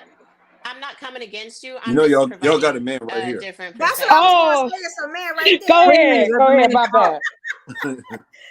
bad. Ironically, Okay. you guys were answering the question by not allowing me to speak on it. A lot of times, the focus on whatever's going on is the way that it affects the woman, and a healed guy will be communicative, right? A guy that is not healed, a guy that has not sought counseling or had the wisdom of a gentleman who's further in his journey, like closer to what that guy wants to aspire to be, that's the guy that's shut down. Because the one thing that we know for a fact is if we work hard and show the ability to be a good earner, at a core minimum, we have a chance of attracting a good woman. The rest of the characteristics are the things that are lacking because they haven't received training. So they can get that training by having an older mentor, whether it's even if it's an older gentleman at the job that they work in. It could be they working at a factory and there's an old head at the job site, been married 16 plus years. If the guy is in a healed place, he'll listen. Healed men listen. Absolutely. Well, yes, I agree with you, sir. And Mr. I'm King, very aware. women Yes, sir. cannot mentor men. Women cannot teach men. And is that right, Mr. King? All right, so it'll sound controversial. Women, I want to know. A woman who's receiving direction from a man could still be effective, right? Like if the child's father wasn't there, but the grandfather was playing an advisory role. You understand? She could still receive the discipline and the structure that women by nature are nurturers. So by nature, you want to make sure your child is okay. Whereas by nature, a man is going to want to make sure he doesn't do that shit again. Right? So it's like if you have the advice and the wisdom of an older gentleman, he may sit here and tell you, instead of making sure he's okay, if nothing's leaking out of anywhere, right? Nothing appears to be broken, just counsel him on how not to injure himself that way again, right? It'll toughen him up. It's what a man would do. So you can have the advice of a man who did not make that child and still be a very effective person. Yes, the ideal situation is a situation in which the person who has chosen your body to come inside of is going to not leave you unless you present to be an abusive person. Right? And vice versa. That you won't be leaving. Very, very well put, sir. Much respect to you. I have a question for Stephanie because she became very passionate to kind of drive home a point of a woman's position. I just want to ask, how can we get women to that point if it's just an automatic, you're supposed to do that? I think, and this is not me coming at you. It's just, it's saying that, it seems like there's a lot of women with that second place position in a relationship. And it's not wrong. Many women feel the same way you do. I just feel like we don't allow the men to be men just as much as we don't allow ourselves to be women. Well, because it's we up to hold you ourselves as to such a it's high up to you as an adult to expectation. act as a woman. You know what a woman is. Come on, we know what a woman is. We know what we like. We know what we don't like. We know what we like is in regards to a man and how he looks. Our preferences. There goes the pretend. I get it. Okay, It's yeah, not. but It's I don't not mind being common. second place. It's Now, not. if I It's not common knowledge, though. You Okay, have the knowledge and just expect everybody else to have it too. That's unrealistic. but did you do the work, Miss Goddess? To come I to the love knowledge myself to do the work. Yes, and I had to do the same thing too. I wasn't shown certain things, but the thing is, I'm not going to live in excuses, just to dismiss bad behavior, dismiss things that are going wrong with women or in our community. So You know any what I'm saying? woman who has a hesitation to your particular substance is making an excuse. It could be. I Some women understand. do. I can understand the practicality of your statement, right? I don't want to dismiss that. However, a lot of people are not able to be that result driven, right? They're more about the Results experience. matter, right? When we want a certain Some man, or pay when we want more, certain things in our some lives, pay we more want a to result. Right? Most people want results. some pay more attention to the experience for the self growth and aren't so focused on the other person. Whereas in many groups, the focus is on the other person. So both views have room at the same table, But right? We Well, can if I we could can say eat at something, the same But we were we talking can about eat at the raising same boys, and I buffet. said, We can eat at the same buffet. You know, that's not that doesn't one does not have to obsolete the other.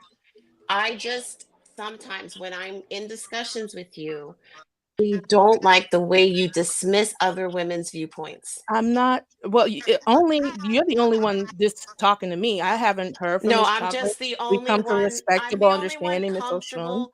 I'm the only one comfortable enough to say something because conversations have been had. That's fine. Okay. We're having it now. You bring I a didn't have none wealth. against God if she's just I'm coming for just me. Now, actually, I was talking to Mr. King, I'm and just she saying interjected. you bring I'm trying to amazing get it knowledge. out. You bring But amazing knowledge, and I'm not taking away from that. Okay. However, you're in a different level of understanding and experience when you have not yet had opportunity to do so. So we should be a little bit more encouraging because that the way you jump to try to put a woman into a place because you want a king to validate your statement, which is great. King can attest to that. Yeah, King because is you just versed basically, in that. you're doing the same thing that he was saying. You're trying to speak on the behalf of other people, and he was right there. No, So I'm asking him a question, I'm just talking about. I'm actually speaking to you directly about how you can be received, and nobody is willing to tell you this. You That's know all I'm what, doing. Miss Oshun, she's told me lots of things, lots of times, but yeah, she got if it's between me and you, I don't have anything against you. I don't have really anything against you wasn't either. talking to I you. don't have Mr. anything. King I was don't talking have. about the I safe don't space. have And anything you're not. against you. You're not. Hey, Okay, ladies. you're the one that's talking Hey, about. ladies. We can Can I go definitely to my ladies. get back. Hang on one second, because I Miss think Aaron, as a lady go panel ahead. that I'm just we're for all you we're guys all before But you I guys just never champion even got a Hey, different ladies. we're kind of all way. very All strong right, individuals ladies. up here, and Hold I on, y'all. think we can One definitely mic. get One back mic. to a Yeah, point we'll in do the this another conversation where we can Hold converse, on. where we can agree to disagree without talking Yeah. over one another, Yeah, I without think being we can do another. No, disrespectful. hold on. We can bring Hold it back to on. where we You started. guys, Stephanie, arguing. We're not arguing. We're having a No. conversation. Can I That's play all my it clips? is. I want to play No, my that's clips. okay. But Because Rona as gotta go another in a minute. perspective, just listening from the outside looking in, just like you're telling her to take criticism, I'm telling you, it looks like you guys are coming off as argumentative instead of working with one another. Yeah, So we can bring it the is coming off as conversation back. argumentative. Absolutely. Wow, sorry that We're you gonna get to feel that. I that way. did. I'm Behind the sorry you scenes. feel that way. Go ahead. Yeah, it's bad. But No, I'm it's just okay. saying There's that nothing the to be safe sorry space about. I that just think there's a better way to we say that communicate. there is for men, there isn't. And that fact that that we're doing this right now isn't a safe space for us too, because it does go off the rails sometimes. You know what I'm saying? So like he was just saying that a boy, it needs a man. We cannot teach a man how to be a man. We do not have testosterone. We do not have Well, certain appendages that move a certain way. So we wife, wouldn't know how to I don't love, understand why when we're challenged, we take it as an argument. That's all it is. It's yeah, just a challenge. I did want to say this. If you guys don't mind, if you guys don't mind, I just want to say this. Ladies, I understand exactly what when we talk about relationships, our base, whether we want to deal with it or not, is religious. Our roles in our mates' lives were taught to us through religion and through what your parents or grandparents, they're together. That's it. Buy a house, have some kids, have a good job, live your life, love God, and keep it pushing. But we don't get into what that does mentally to you. I know I'm not a man, but I help raise one. And he is fantastic. And yes, I'm gonna say it because he's my brother. He's a wonderful man. He done held on to his woman for 5 years. So it's like you know that these things exist, But when it comes to women talking about the relationships that they have with men, it tends to get a little testy. And the reason being, I feel, is like, I appreciate us all being up here because we're all different types of women. We come from different walks of life and we can still have a conversation with each other. Now, the last thing I'm going to say, this is to Trey Ferd. This for you, boo. This one for you. I didn't even get to introduce him. I'm waiting. Me and you, buddy. Me and you. And Stephanie, all right, y'all got it. Go ahead. I just wanted to say that. I'm so glad you came. I invited Ferg up. Thank you so much for coming up, Trey. I usually clap. But I don't think I do want to apologize really quick. If you felt like I was attacking you, I'm just challenging your perspective because you and I are on the same side of the fence. No. I need to explain this.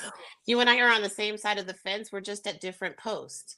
So if you and I can challenge each other in that space, we offer a true different perspective, full, in capture of our two different viewpoints. I was only challenging you. I was not arguing with you because this is a conversation. It's just a conversation.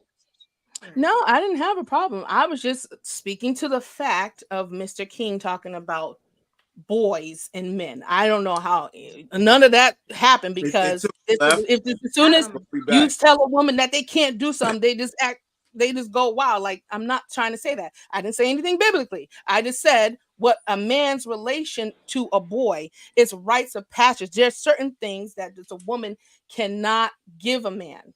Yes, we do give him the nurture, we give him some insight, but it is limited to on a spectrum. So to get the full spectrum, he needs that masculine energy. He needs the certain ways to move because, like I said, we just aren't men, even though I say that we want to do everything because we think we can, but there's just some things that we just can't do.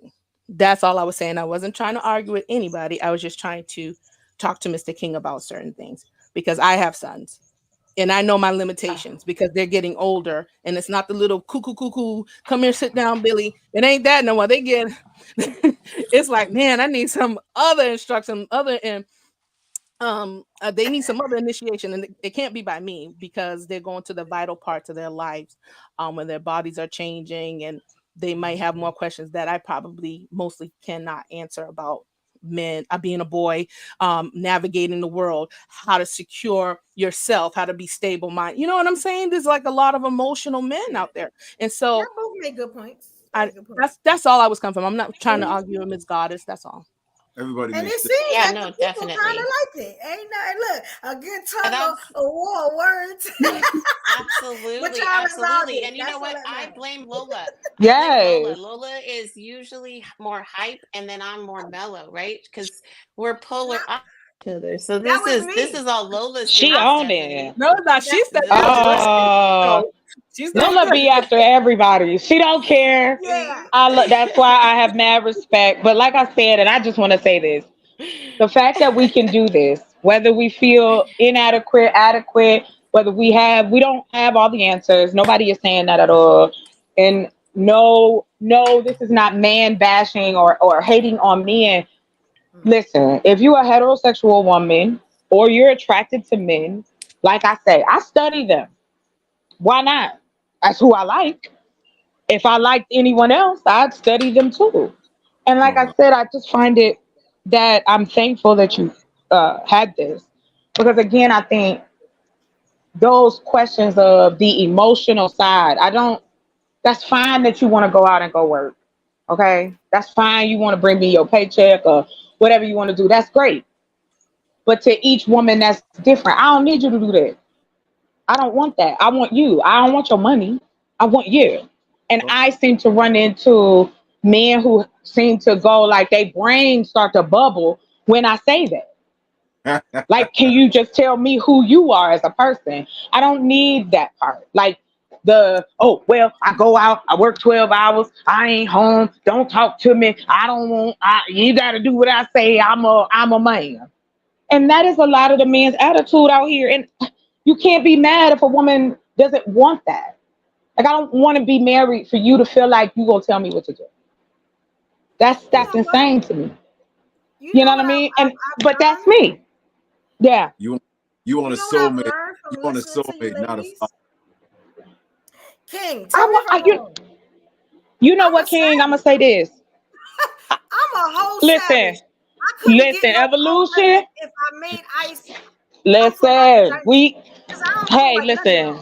Like that's crazy. But no, it's not crazy. That's just how your experiences have brought you to this place. I don't think any of us up here feel that one way is better than another because it's about who you are as a person. It's about what you're looking for. So, like, to the point of Stephanie, I have mad respect for what you say. And my mother was a lot like you. This is what she used to tell me, right? She was like, she asked me one time, she said, "What you gonna cook for your family?" I was like 13. And I said, "Banquet chicken." And she said, "You're not cooking nobody though." She went off. And the reason she did is because she cooked all the time. That's all I saw. My mother cooked and cleaned every day, all day long. But the unfortunate thing though, Stephanie, is that women like myself, who unfortunately have to see the ugly side of relationships. When you grow up with abuse and that's normalized, because in our community, we kind of normalize that. Because we don't talk about it. It really shouldn't be. And it shouldn't be. And like you said, if like we used to do matchmaking, like here in this country, our people did it. It's in history. You could go find it. That they used to have matchmaking services for Black folks to help them find someone. And it's just like, I don't know. I think, no, not in the church. Girl, this was like. Just in the community. I can't remember. Yes, thank you, sir. Good family. Right. Family. Because believe me, right. But this is what I mean, Stephanie. We don't offer the things necessary to create these Black families that we discuss. There's no Black neighborhoods. There's no place that you could go with your kids and your wife and your husband and you feel safe and you know your neighbors. Where is that?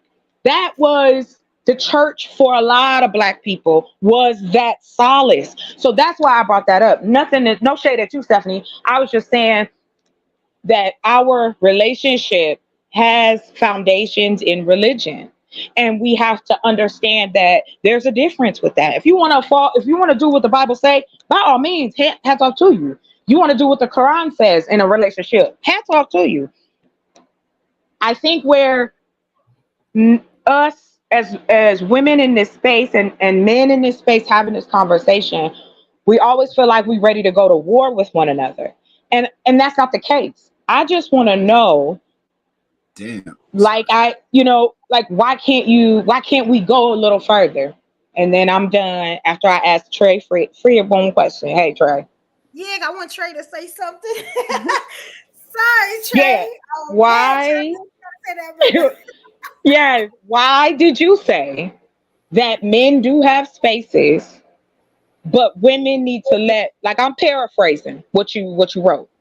I would love for you to expand on that, because you're saying there is spaces and us women need to stay out of it. And I'm a little, not to say I know Chocolate's not cheating on me. Get out of here. Go on, answer that question.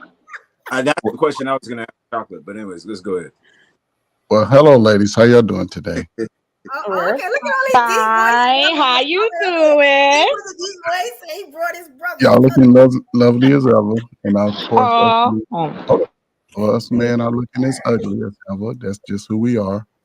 I don't know exactly, I'm going to comment on what the statement I made. There are places, and I heard someone mention the barbershop. And this is a different time in the barbershop. Guys are a little bit more in their soft boy era. So also basketball courts, pool halls where we used to go pretty much as men and, have a beer or two and talk about whatever issues we may have been having, not just in relationships, but with the job or things that we're trying to figure out, our next move and things. There was a time when men could talk each other off the cliff. Regardless of what the woman would do, we would, hey man, just from my own experience, I experienced the heartbreak, I would say, probably my junior year in high school. That is not heartbreak. Okay. Well, what I'm saying is we was doing too much and she sort of turned shit. But and the one that she's a child, I hope.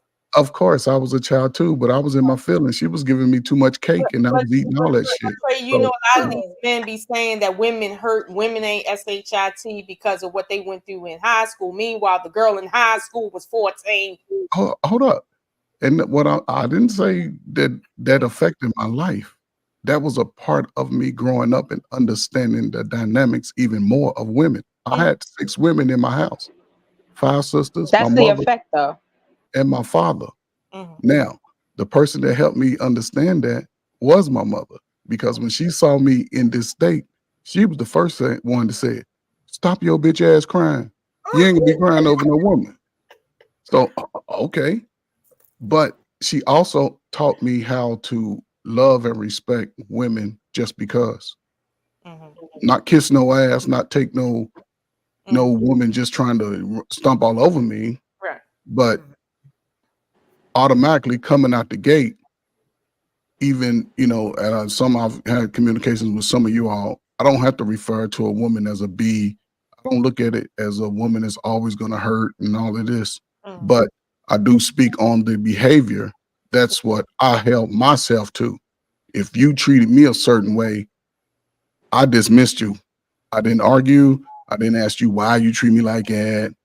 Your number was deleted. You were blocked. I see you out. Hello, how you doing? If not, whatever. It wasn't a big deal. It's too many of y'all to complain about this. Now, for me, when I was men, unfortunately, we seem to forget that we all have some of the same upbringings, in a sense. You can talk about the last 30 years. Everybody's house was fucking in disarray. Y'all got brothers. Y'all seen y'all cousins. Y'all see the men in y'all family on some bullshit, and they see the women on some bullshit. And y'all sit around and listen to these girl, man ain't shit, girl, women ain't shit. That's just what happened. Now, the trick is, how can you look at yourself and say, okay, despite my behaviors, how can I make them better? I can't go with the crowd if I want something specifically made for me. And that goes on both sides. Even men, I know dudes that always women ain't shit, but yet, man, where the women at? Man, but it goes both ways though. Women do the same thing. Men ain't shit, where the men at? So how can you, especially going forward today, it's a very unique place, because now I don't know where y'all live at in the country. 5 years ago, 10 years ago, we couldn't talk about these things across the country. It was on your own little clique. So all the men ain't shit in your city, but you never been to New York. You never been to California. You never been to certain place. All the women ain't shit. So I think this is a unique space for everybody to sort of just expand outside of that. Now, for me, this is why I tell the guys, in our lives, we're going to meet 3 of y'all that's worth marrying. The first 2, we ain't ready. We're going to fuck around on y'all. I'm going to tell y'all that. The first 2 going to get it. Now, that third one, when we all get to that age of reasoning, because women do the same thing, when y'all get to about 40, 38, 40, 35 and over, fuck that. You lose 200 pounds because you start fucking with the nigga that can bring you down for 15 years. That's 200. Now you're going into a different mindset. Now you're looking at yourself as more valuable. That's great for yourself. However, you got to think about the opposite sex. And the nature of man has not changed in 2,000 years. Yes, so, we know. But that's the way. I don't know. These new men, the new ages, are definitely showing that there's a change now. Yeah. Oh yeah, honey. Listen, all it is just a different way to do it. It's just a different message. But a lot of the behaviors, a lot of the men behaviors were taught to them when they were young boys. And that's the thing. So. But Trey, that's what we try to say. We say that, and y'all don't give us a pass. When we tell y'all the reason why we stay away from y'all or we may be chill, that part y'all don't like to talk about. you'll say, and I've heard you, Trey. You've named of all them places. Who going out here to the pool hall? Who going? I mean, it is about, at this point in time, we in a totally different era of life where the majority of what we do is online. So how am I supposed to meet Mr. Goody Pants at the pool hall? But I mean, like, but that's what I'm saying. Hold on, hear me out. I'm sorry I did. I interrupted you and I apologize for that. But I do want to say this to you. I've heard you say things like that before, like women are coming into men's spaces and trying to do something different. And that is not true.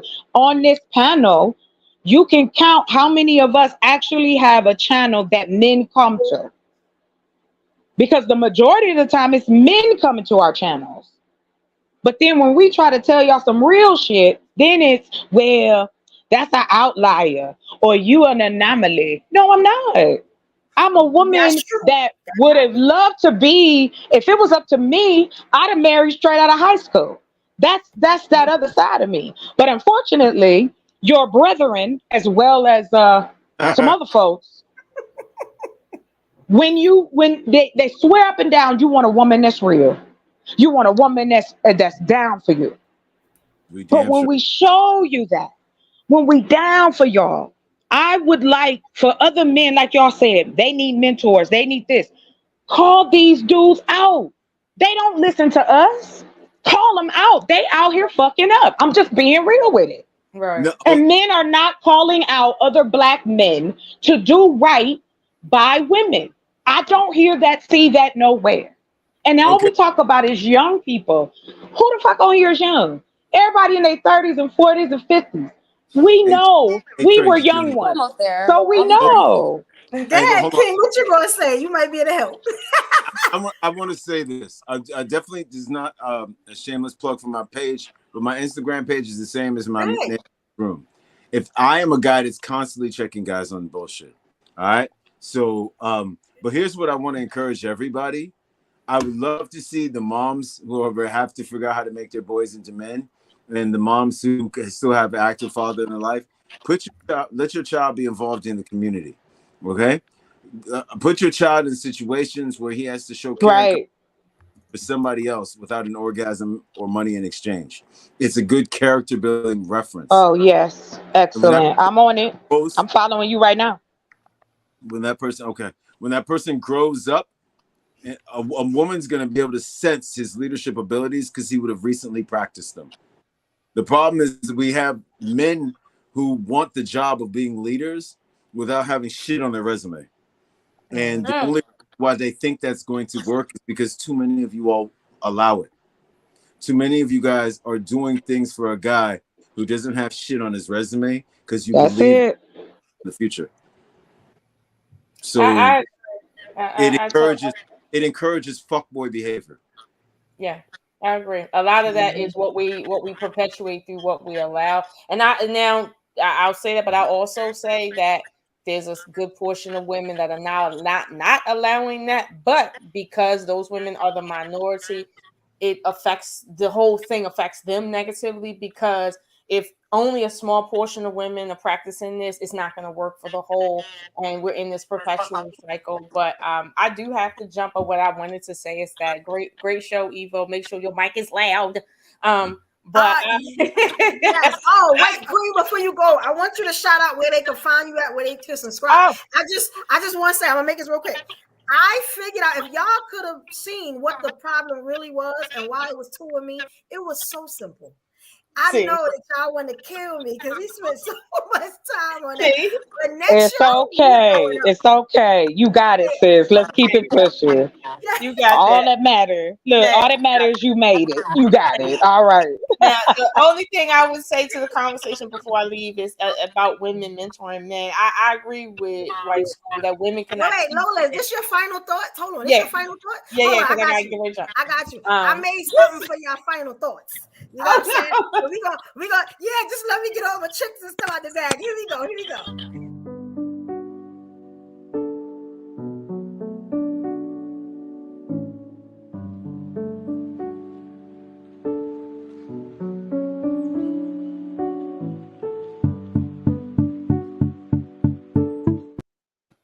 I like that. Wasn't that cute? We call our final thoughts, dear ladies. Dear so ladies. we all came up with that. So go ahead, Lola. Let's start with Okay. So final thoughts for me, anyway, dear ladies, as women, they are right. We cannot teach them how to be men. However, the safe space that we are responsible for giving them is within our own lives, personally first, and to a degree publicly. I am a safe space for my father first, then the men in my life, my children and my brothers and nephews. They can cry with me because I'm also going to tell them you only cry in front of me in private, not in public. But that's why. As far as men in public, like Trey Ferg and them, they get a certain level of respect from me. In terms of like sometimes there's panels I don't go up because it's a bunch of men talking about man stuff. I stay in the comment and talk my shit. But at the end of the day, I don't come up on your panels. I leave you alone. But I think men are right. There's some spaces we do need to stay out of because it's just not necessary for us to be in it. Don't get me wrong. There's some spaces where we can, and there's co-mingling and stuff, but most of the time it's not. And I think that's where we will probably need to draw the line. But this is why this show is so great because, it's for ladies, so we can come up here and do stuff. But I do wholeheartedly agree with that. And I think there's truth on both sides, but concretely, yeah. We can't teach men anything, but we can influence and be that safe space. But that's it. My responsibility is not to do more than that. I'm just giving you a safe space, and that's it. Trey Ferg, wipe that smirk off your face because I ain't doing more than that. Okay. Good night. Good night.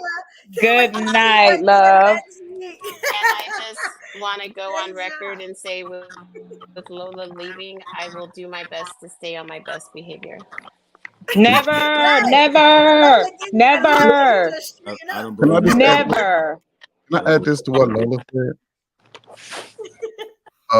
She stated that women can't teach men anything, which is correct and wrong at the same time. Women can start with young boys by teaching them the importance of what is it called? Being domesticated, meaning teach your sons how to clean their fucking rooms up, their little nasty ass rooms. Teach your sons how to take a bath and not always a shower. Get that old weak dirt off their cheeks. Sit in that water, in the warm water. It relaxes your muscles. Teach them how to wash their hair. Teach them how to wash dishes. Teach them how to do things that will help them be independent and self-sufficient to move out of y'all house or apartment as soon as possible. Now, as far as the emotional side, I think it's very important, and Wife School heard me say this, once your son's scrotum sac separate from his body, that's between the ages of 11 and 12, he needs a righteous man in his life. Some of y'all got fucked up brothers. Now, I'm not talking to the ladies on the panel. There's an audience. I speak to an audience. Some of y'all brothers is fucked up. Don't let your son hang around with your brother. He gonna fucking turn your son out. He gonna get him high, get him drunk, get him some cheeks. He might even try to take his cheeks because this is a new day in the man. So just be careful on who you let around your sons as men because those are influences whether you see it or not. So, and listen, try to step away from if his father broke your heart. Giving your son to the father, he's going to protect your son with his life. He's going to give your son another side. Now, if he's a toxic man and he's always speaking bad about women, maybe he's not the one. There has to be somebody, an uncle, cousin, even the dude that keep cutting his grass every 2 days down the street could be a guy that you can at least just let him go talk to. And he can come to your house, sit on your porch. But a boy today needs a balance of information. He needs to understand that he can't bring that same energy that he does with girls around other men. Because So, other sir, men, yes, sir. if I may, I'd like to challenge you just a little bit. What you're saying, there's true validation in what you're saying, right? As a woman, I should never try to teach a man character.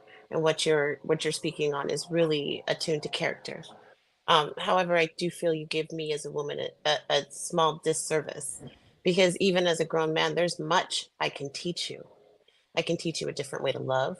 I can teach you a different way that a woman can protect a man. I can show you a different way that I can cater to you. I can show you a different level of protection that you have never seen before. So to say that I can't teach you is really unfair. Although in your basic premise, you're right. You're right. I'm not arguing that. I'm just saying, if you have never seen it and I show you that, by definition, sir, that makes me a teacher. Okay, but I didn't make that original statement. No, I was just responding to it. just adding to what you stated. But here's the thing, though. Here's the thing. As a mother, you can't do it.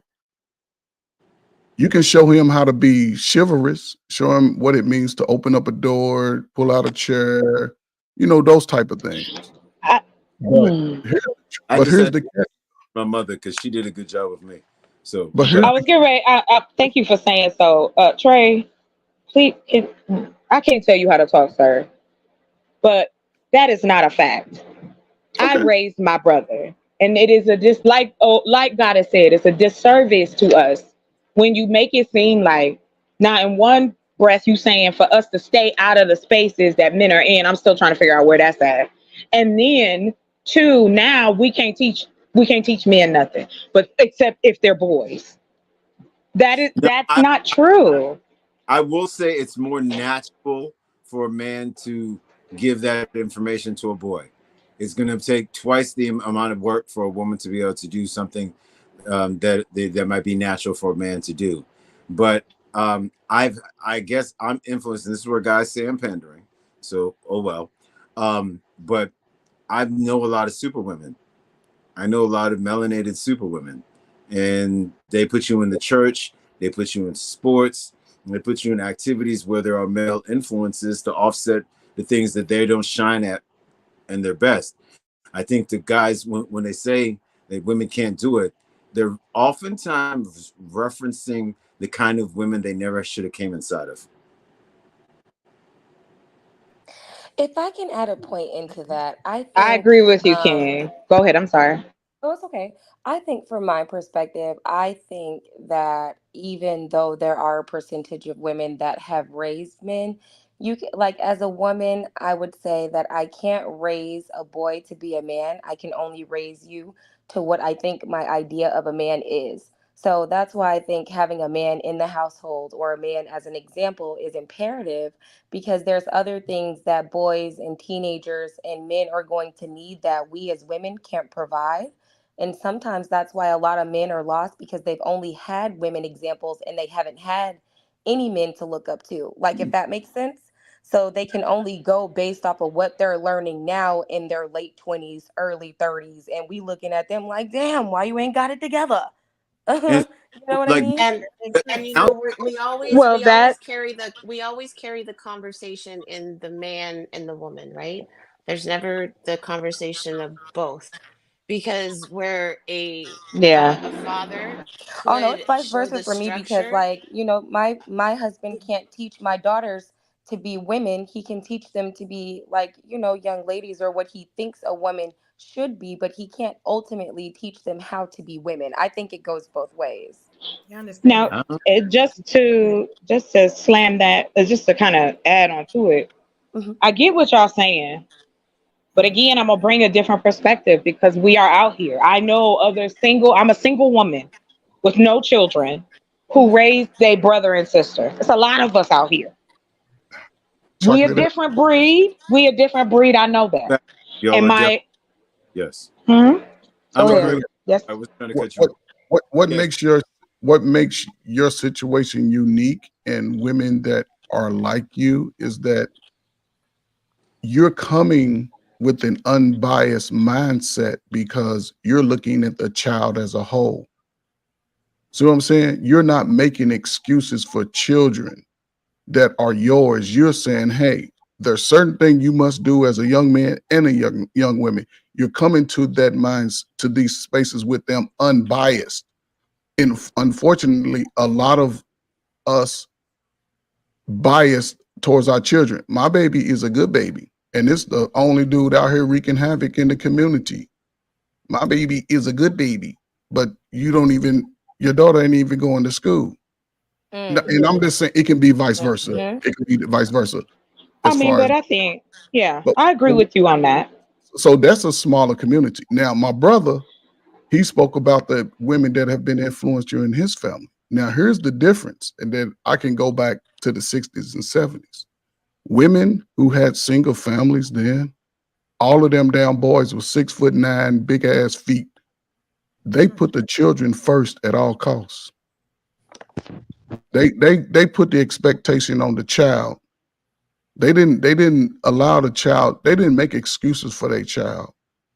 And they understood that. They wasn't I can be a mother and a father. No. They understand I got a big ass brother that can come over and whoop your ass. See, your mama didn't care about your feelings and shit. See, this new feeling shit is what's fucking the man up, because once I step outside of my house, I can't worry about my damn feelings. It's a whole dynamic where the men, especially African-American men, all of our numbers have been high as far as unemployment rates for the most part. We've had some of the highest, right? They getting even higher because at one time, brothers was trying to get in those damn spaces. They wouldn't let us in. Now brothers looking at that shit and saying, I ain't gonna do that shit. That shit too hard. I ain't gonna do that shit. I'd rather be online talking shit. Black folk, we #1 in the world at probably talking shit. We got that on lock. We can talk shit in 5 different languages. That's true. But we not acting on the shit. That's the problem. And listen, that's why I say it has nothing to do with women to me, because as a man, always been attracted to the sister, didn't like no other race of woman but a sister, burnt Amen. black, blue to high yellow, whatever. I understand the behavior, and I don't deal with the behavior as it pertains to me. But as a man, I say this, as far as us, this is our greatest time because we're able to start seeing spaces we couldn't see before. The shift is coming, y'all. I don't know how many of y'all paying attention. These companies that moved out of America to get away from us young Gen Xers, when we was coming out of high school with all these skilled trades, they said, no, we ain't gonna let y'all get these jobs. They shipped that shit overseas. Guess what? They coming back to They coming back and they get ready to give them to the new ninjas, because we get ready to be a lost tribe for real. People ain't gonna have their high price apartments, and it's gonna take the men and the women from age 21 to 61 to find a way to work this shit out together. But I just have to push back, Trey. I think that we want to, I think we dumb it down. Y'all do yourselves a disservice by dumbing it down. It's like left or right. Y'all don't have, it's almost like y'all don't have nothing in between, and that's not true. There are talented, smart men, funny men who are scientists and built shit and created things. There are Black men who have done so many wonderful things in our society. However, we don't see it because the opportunities aren't created. We don't have shows on TV. We don't have cartoons. We don't have movies. We don't have any of the things that are needed to see examples of what a good relationship look like. I have no issue with what you say, other than the fact that it makes it sound like, and this is just what I feel when I hear you. It almost is like you don't want to blame us, but you blaming us. And it's like, oh, well, I'm talking about. Why can't and we that's make fine. the change we want to see? Who's but us? That's, Who am I okay. blaming? No, who I'm Okay. asking. I'm blaming. You said I'm blaming. He said that we live in the greatest time. We're in the age of digital. We It's can make not- our own cartoons, go to Fiverr, pay somebody. That's what I'm saying, $200 to right? make- So but the thing is, you're saying that he said that it's not. But we know that. But we I'm have access saying to most things. But we do have access, but it's not happening. And that's where it is. The access is there. Our children need to see. If we always talking about kids, but if you look at television, if you look at what they look at, it has nothing to do with the things that we talk about. Because that's Okay, we're in charge of what our children consume. If we're Yes, not I writing them, understand. if we're not reading, if we're not being up on things, like he just said, a lot of people aren't aware. There are companies that are bidding against single women all over in America and it's already predicted by statistics that most women will be childless and single by the year 2030 to 45. And so like people already know about us. People already know about how we moving. So the fact that we're not being aware of that puts us at a detriment already. We're already in the hole, and it's going to put us deeper in the hole. But I understand what you're saying. It has that, but what I'm talking about is we don't have representation of what it looks like to be in a positive. We could. Yes. Okay. We talked bad about it. Like we said, the 50-year people reaching 50 years, even though it was bad or ups and downs. We ain't gonna say bad. We're gonna say ups and downs. Right here. They had the staying power of exemplifying how you can stay in a marriage. Okay, we don't have staying power because everybody want to leave. Nobody want to be the example because we just too busy. Like, I ain't gonna be staying around if I ain't happy. Well, you gotta choose somebody that's reputable, that has a name, that is doing something good. You know what I'm saying? And so I spent so much time looking out and placing blame at everybody else's feet. I was the only common denominator in my problem. So I have to fix me if I want to be different. Right. And so if I am looking for change, that is up to me to be that change. I am not held to a standard that was created before I was born. If I want to be a woman who is fluid with my man, I need to learn my man, and I also need to learn myself. It needs to be a yin and a yang. It can't just be what I say, and it can't just be what he says. It's a mutual respect. And if I come up with roadblocks, you know what? Just sign me up for failure because I've set him up for failure. Well, no, and I don't disagree. No, you're fine. Please don't apologize. And also to you, Stephanie, I'm not arguing in that stance. What I'm saying is, yes, I am fighting to be the change I want to see. Right. That's why I'm always trying to do if I'm going to say something, if I'm going to be involved, I'm involved. And what I'm saying at all point is this. Everything we talked about, yes, tangible things, how you act, what you looking like, so on and so forth. But to me, we are doing a disservice to all of us, men and women both. Instead of us just learning and teaching from one another, learning what you like, you learn what I like. We learn together or find a way to work it out, compromise, tell the truth about how you feel about things. That is not celebrated. That conversation, that depth, it has to be there for any positive relationship to work. Yeah, it can't be all these, it's like all these rules and regulations when it should just be about all those things are going to fall into place if you and him are on the same plane. I don't know. That's driven by values. That's driven by morals. We cannot separate what we've been taught and raised to believe from how we want to be free and fancy free when we get an adult. Other cultures, they are driven by certain principles. Other cultures are driven by certain morals. That's why they're ahead of the game. They prioritize us. We want to prioritize this and the small things that don't really matter. Other cultures prioritize education. Other cultures prioritize family. Other cultures prioritize community, building, acquiring businesses, expanding. We don't stay together long enough to even take a part of these things.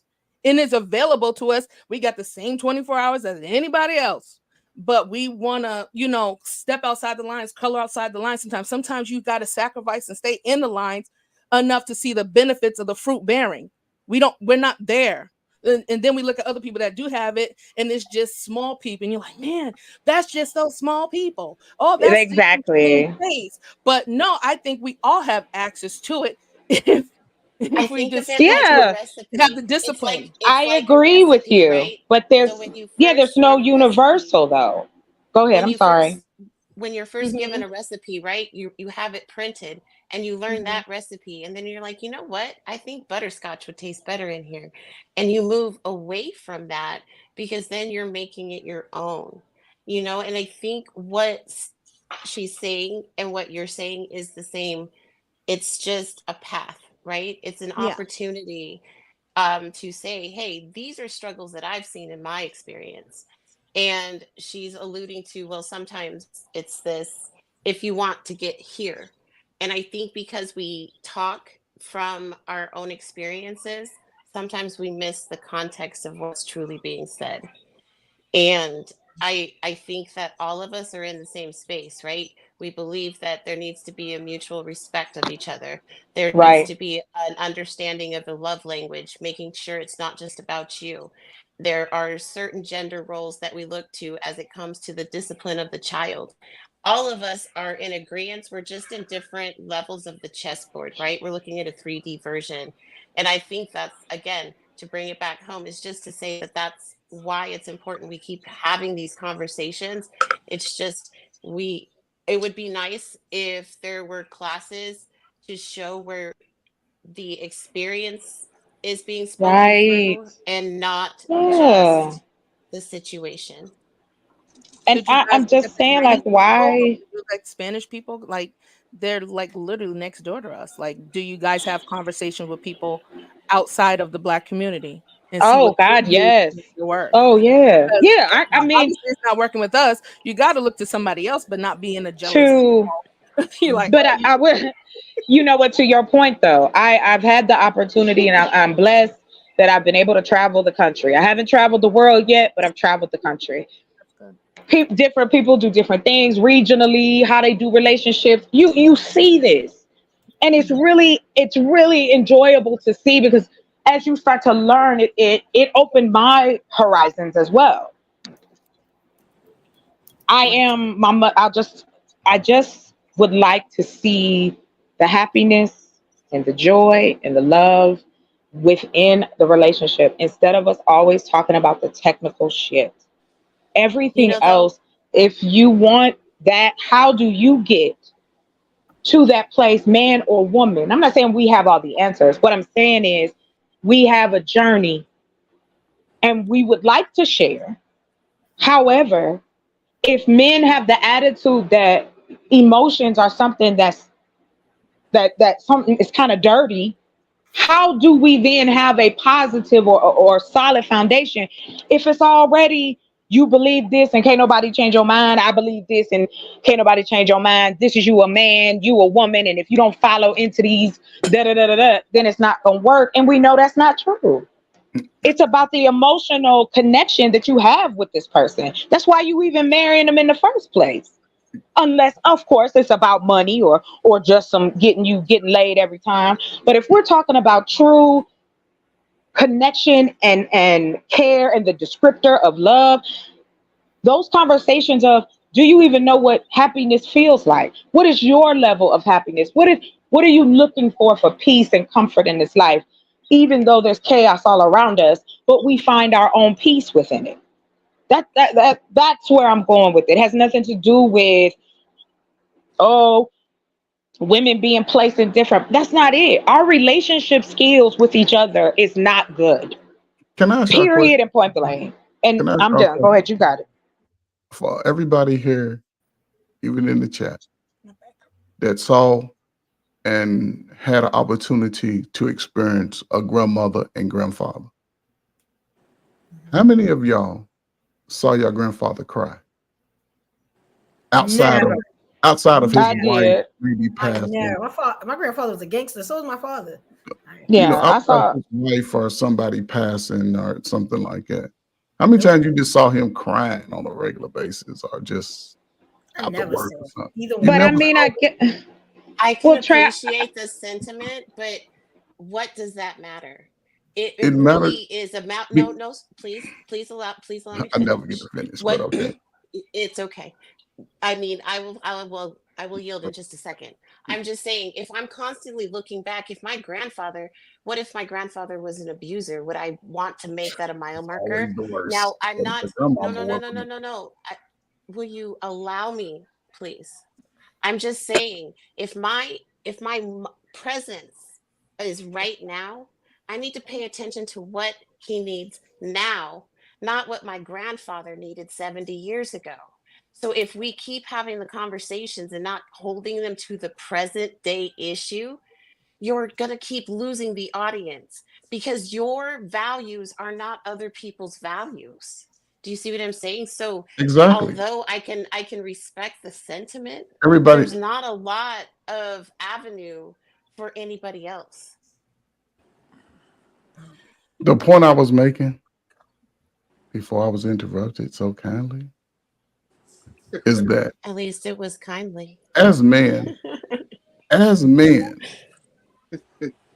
outside of our loved ones, we hardly ever show emotion. Outside of, we can't go to the job and get at our cubicle or desk and start crying, talking about our wife. Outside of that, we can't, there is like I said, if it comes to our family, our children, most men will get emotional. Most men will cry. If it's something that they know is dear to them, they will show that emotion. Unfortunately, we're getting too much emotion from both sides before we even get to a point. Our emotion is coming from hurt and pain and how much we don't like something. And it's not about me trying to convince, I don't try to convince anybody to do anything. I do know this though. It's 8 of us on here. If everybody threw out a nugget for someone to grab, hopefully somebody grab 2 or 3 of those nuggets if they missing those pieces to make their space and life better going forward. That's the thing, because we all evolve. Shout out to evolution. We all evolve as we get older. And it comes within decades. For women, it's in the decades. For men, it's every 4 years. And as most of us are now in our adult, and I say it all the time, no, I'm not jabbing at anybody, in our adult crack every years, we are dealing with that hurt and pain and emotion that we experienced as children, as adults. And the only reason I bring up some of our past is because those morals and values that brought us through the end of slavery, Jim Crow, the civil rights movement, those things kept the community moving forward. Those things kept us. Grandmama understood her role, wife understood her role, husband understood his role, children understood their role. That's why you could look back at that time and say, hey, how did all these people with no education coming out of slavery invent all this damn shit? And how's it that we've been going to fucking public school for 75 years and we dumb as hell? Because they wanted it that way. They wanted it that way. Well, if we wanted, no, they did. Hold on, did you say we? No, I said they wanted it that way. You know that it was engineered to keep us from not knowing anything. It's been engineered since we've been over here. Okay, so why are we pretending like we can't make any changes if we are aware that there has been engineered and set up to do the things that they do, especially with us, because again, they widened that gap between us. Let's not pretend like our journey. But listen, the journey way they were able to widen it is because, listen, it's more of you all than us. By 1 million, sir. By 1 million. That's it. Between men and women, I think 2. For every one of us, for every one of you all, it's 10. For every one of us, it's 10 of you all. Bullet points. We always argue the same bullet points. How has that been effective? How has what been effective? I don't even get to finish my point. We go ahead, Trey. Let that man finish, y'all. Ladies, the same things all the time. Hey, ladies, respectfully. These conversations are so repetitive. Yeah, wait, let him finish, guys. You gotta let that man speak, though. Yeah, let him finish. Let this be that one. Let's start by making this the safe space for everybody to be able to speak. And I'm saying this. It's not about, again, who's right or who's wrong. Who is willing to take the stand where they are now to say, I want my space better for me going forward, my children, my slow ass grandchildren, and everybody out there. Who's willing to be that one in your families when you go around your Friday night get-togethers with all your cousins and everybody, and you got all your hairs did and your nails is did, and you talking about how you taking all that money? Who's gonna be the one that stand up, that's willing to get that backlash? Who's gonna do that?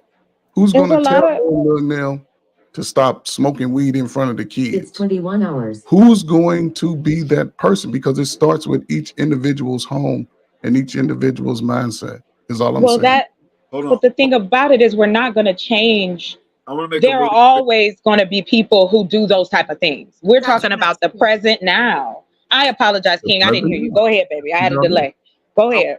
I want to say this really quick because I've never met a woman that got pregnant without a man. So fellas, here's what I think that we can do to start to change the tide. We've got to stop finding things first that the ladies can do and take the leadership in what we can do. I do agree there are several things that ladies can change. But one of the things that guys can proactively do is we can stop putting semen in people inside of people who are not taking our last name. We can stop putting our semen in people who have already not shown the ability to follow our leadership. That will hurt. Then you don't have to worry about telling her to stop smoking weed in front of the kids because you don't have kids for her to smoke weed in front of her. Yeah. You know what I'm saying? Brother, guys, here's the thing. That's it. Right now, we all know guys who come inside of a girl to keep the woman. He doesn't even have genuine intent for what he wants to do with the rest of her. He's trying to possess her womb in an attempt to possess her. So as long as there are savage men out there, it's hard to sit there and tell the women what the fuck they're supposed to do to keep themselves safe. But brother, you proving my point. Men are holding men accountable. It wasn't a space like this before. Listen, hold on. I'm calling. If we grew up in the same neighborhood, we experienced the same BS. How are we gonna hold each other accountable? Now, men are able to speak outside of their comfort spaces. I can get a message to you in California in real time to say, brother, you have to be better. You can move better. Don't get a woman pregnant. I've been saying this since I've been in this space. If you be a fool to get a woman pregnant today out of wedlock, your ass will be broke. Your ass not even about having sex. It's not even about having children. You should be preaching. You shouldn't even be having It's sex. about teaching. You need to be more conservative with your body in the first place, because if you're going to be Other picky women about that's what the women have to understand from other women. But also with the men too, because the men are not picky with the women that they're choosing to have sexual encounters with, and then they complaining more about the women than the women are the men. So how? But Listen, in reality, I can the understand men are that. just trying to work the women so they can get a little bit of sex out of them, and then once you get the sex and realize these people you are guys have getting nothing in pregnant and common, having babies at then you guys 35 and have 40. another Come on, conversation. man, make it make sense. If you 20, 21, because they having sex. That's it. Exactly. Point blank. Literally my whole Everybody's point. having unprotected Okay, sex. so I mean, but that's how we got the people here that we do. If you don't, ain't no people be made. Hello? But it's the Yeah, there are truth. people, and there are lots of mistakes too. So Exactly. And hold And the on, whole point I of this even conversation is to you find wasn't even supposed to go solutions that on how far. we The can next thing you teach know, boom, people you have That's your what we're kids. be giving better. solutions. And I think a part of a solution that I would like to bring to the table is to start preaching to our younger generations, or even the generations that we're sitting in and older. Stop having frivolous sex. That's where we can start. Right. Everybody likes to jump into relationships because they want to have sex, and then once the money's gone, the thrill is gone, then you realize you have nothing in common, but you have these kids, and now you have nothing else to do with these kids. We need to start at the root of the problem. The root isn't that people are talking to one another. It's the fact that you're choosing to sleep with one another before you know one another. And then when you look up, you got all these babies, no goals, nothing in common, and nowhere to fucking lead these babies. For real. Hey, I agree. You get what I'm saying? I'm a huge. And this is the thing. This stuff is going to happen more often because we got the Gen Zers now. They don't believe in marriage. You know, and all they want to do is have sex, and they don't even want to be boyfriend and girlfriend no more. So we definitely more often. But that's what I'm saying. To your point, we don't make it sound inviting. The way we talk about relationships, we don't make it sound exciting and inviting. We make it sound like it's some kind of duty, or it's some you better do this or you better do that. it makes people feel like, damn, let's get there first. Let's learn how to communicate with each other before we even get to the part of marriage. Because again, everybody's definition of marriage would also be different. But relationships are serious. The hookup culture is the mindset now. And we be like, oh, but we should be whatever. And then we're selfish on top of that. And we're transactional on top of that. But when I get sick or when you lose a chest and you need somebody to be there when you're sick, those are real issues. When you have, you're going through life and you're paying the bills, those are real issues. Real relationships are boring in a sense because it's monotonous. No. I think you to love every day. But I think you're taking what I'm saying. No, but it is like that. We can't glamorize something that why not? Necessarily why not? Because well, we're going to glamorize the hookup. Oh, wow. One mic, y'all. One mic. Where to go? It's not glamorizing. What's not true? What do you say is not true, sister? Who? You with the dark hair. You. Oh. I don't have a lighter, baby. Which one? We all got dark hair. I'm sorry. The young lady I was just speaking. Next to you. I said relationships are serious. Okay. That's what I said. And we can't glamorize something that sometimes is ugly, ups and downs. We all said from our experiences, for what we heard, that it wasn't glamorous all the time. And that's how it is. And sometimes if you have good, healthy people that come together that haven't been scathed by traumas, that haven't been scathed by laying the hands on or SA. Like there's some people that are lucky to have that. But for the most part, there is, like we talked about baggage. There are things that we are bringing in. There's things that we're bringing in. But I agree with you. I agree with you. But just because I like, and I don't think you're taking a dig at me, but I'm gonna say this. No. I am a free spirited person. I have allowed myself to be me, all me, flaws and all. I take them. I'm self-aware. I know where I'm great. I'm strong. I'm not strong. So I don't be speaking from a place of hurt. I'm speaking from a place of trying to understand if we want to see our community thrive. There are certain things that have to happen in that place. Right. We know that there is a dynamic that has to go. How am I? And I'm gonna play this real quick. So me and my husband, we young. We right now we here. Rent is crazy. Housing is crazy. Food is crazy. Gas is crazy. The whole nine. Hell yeah, it's expensive to have a child. That's why people are not signing up. They charge you almost 30, 60 G's just to have your baby in the hospital and then kick your ass out. So it's just like, you gonna charge me, I gotta pay. Yes, children are a blessing. But what I'm saying is the reason why we continue to copy the same shit is because, again, we have to have the conversation of be who you are. Find out who you are. Love yourself before you decide to get in somebody's life. And just because there's happiness there, and that's what I'm just saying, I'm a land on this. When you were talking about it, hold on. When you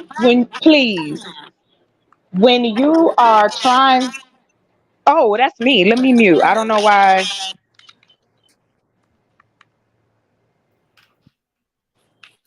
A lot of the things that we're missing as adults. I'm sorry. I'm so sorry. I had a question for her. I'm so sorry if she comes back. But my question is that besides finances, like say if you were rich, what would be the other objectives to not wanting to have children? Because the only things that I heard in your reasoning were financial reasonings.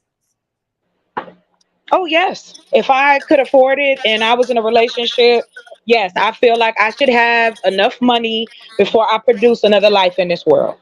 Okay. That's just because it costs. It costs a lot to make sure that you give your kids the tools they need to survive in this society. But I mean, like compared to now to then, okay, women are having 14 kids, 9 kids, surrounded by little people, and they've done just fine. There are aunts, there are uncles, there are family members. So, I mean, yes, don't have more than what you probably can't have. If you want to have 1 or 2, then that's cool. But it really doesn't take insurmountable. It doesn't take a whole bunch to raise children. I mean, if you want them to have a particular lifestyle, that's on you. If you want them in Gucci and things, but it really doesn't take that much. It really is about teaching them how to be good adults in society, and that comes for free. That's not money. It's funny. What are the tools? If I could just add a tip of advice, in this conversation, we've spoke to the root of the problem. The root of the problem is us. It's us. We are the problem. Thank you. Let me ask y'all something. You see this right here? This has been my whole thing. And I'm gonna be honest, y'all don't think it's like over for us? Like it don't matter what we want?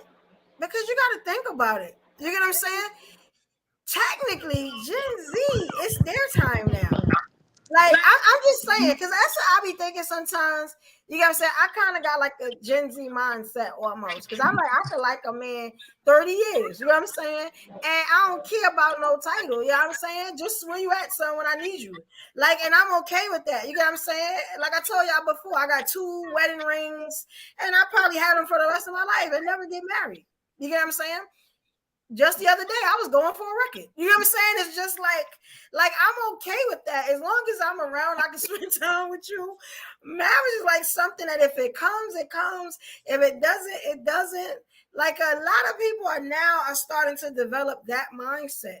Like when we talk about grandma and grandpa, I really think grandma was a slave. She was codependent on grandpa. And I feel like grandpa was a 304. You know what I'm saying? A highly publicized 304, you got what I'm saying, that couldn't keep it home. You got what I'm saying? How many hats did that brother wear? And we had a lot of granddaddies like that and grandpas like that. I would just hold now on. we women that are powerhouses.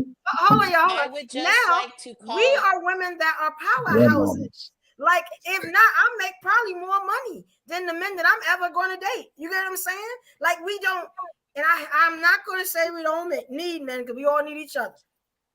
But if I have to go on with my life without you, sir, I think I'm gonna be all right. You know what I'm saying? I put that work in 12 years on my job. I'm gonna be all right. You know what I'm saying? Okay. And hold on. I just wanna point out when I made a reference to the fact that you look back with your expectational view on the past, you laughed me off and said, she just did the same thing and you did the same thing. Where's the base in that? So if you're the only person that can look back to assign value on situations, this is not a fair discussion. That's what I keep trying to bring to the focus. We are the problem. We are looking at each other and we're asking each other these things to make an assessment on a whole conglomerate of people when we ourselves are individuals.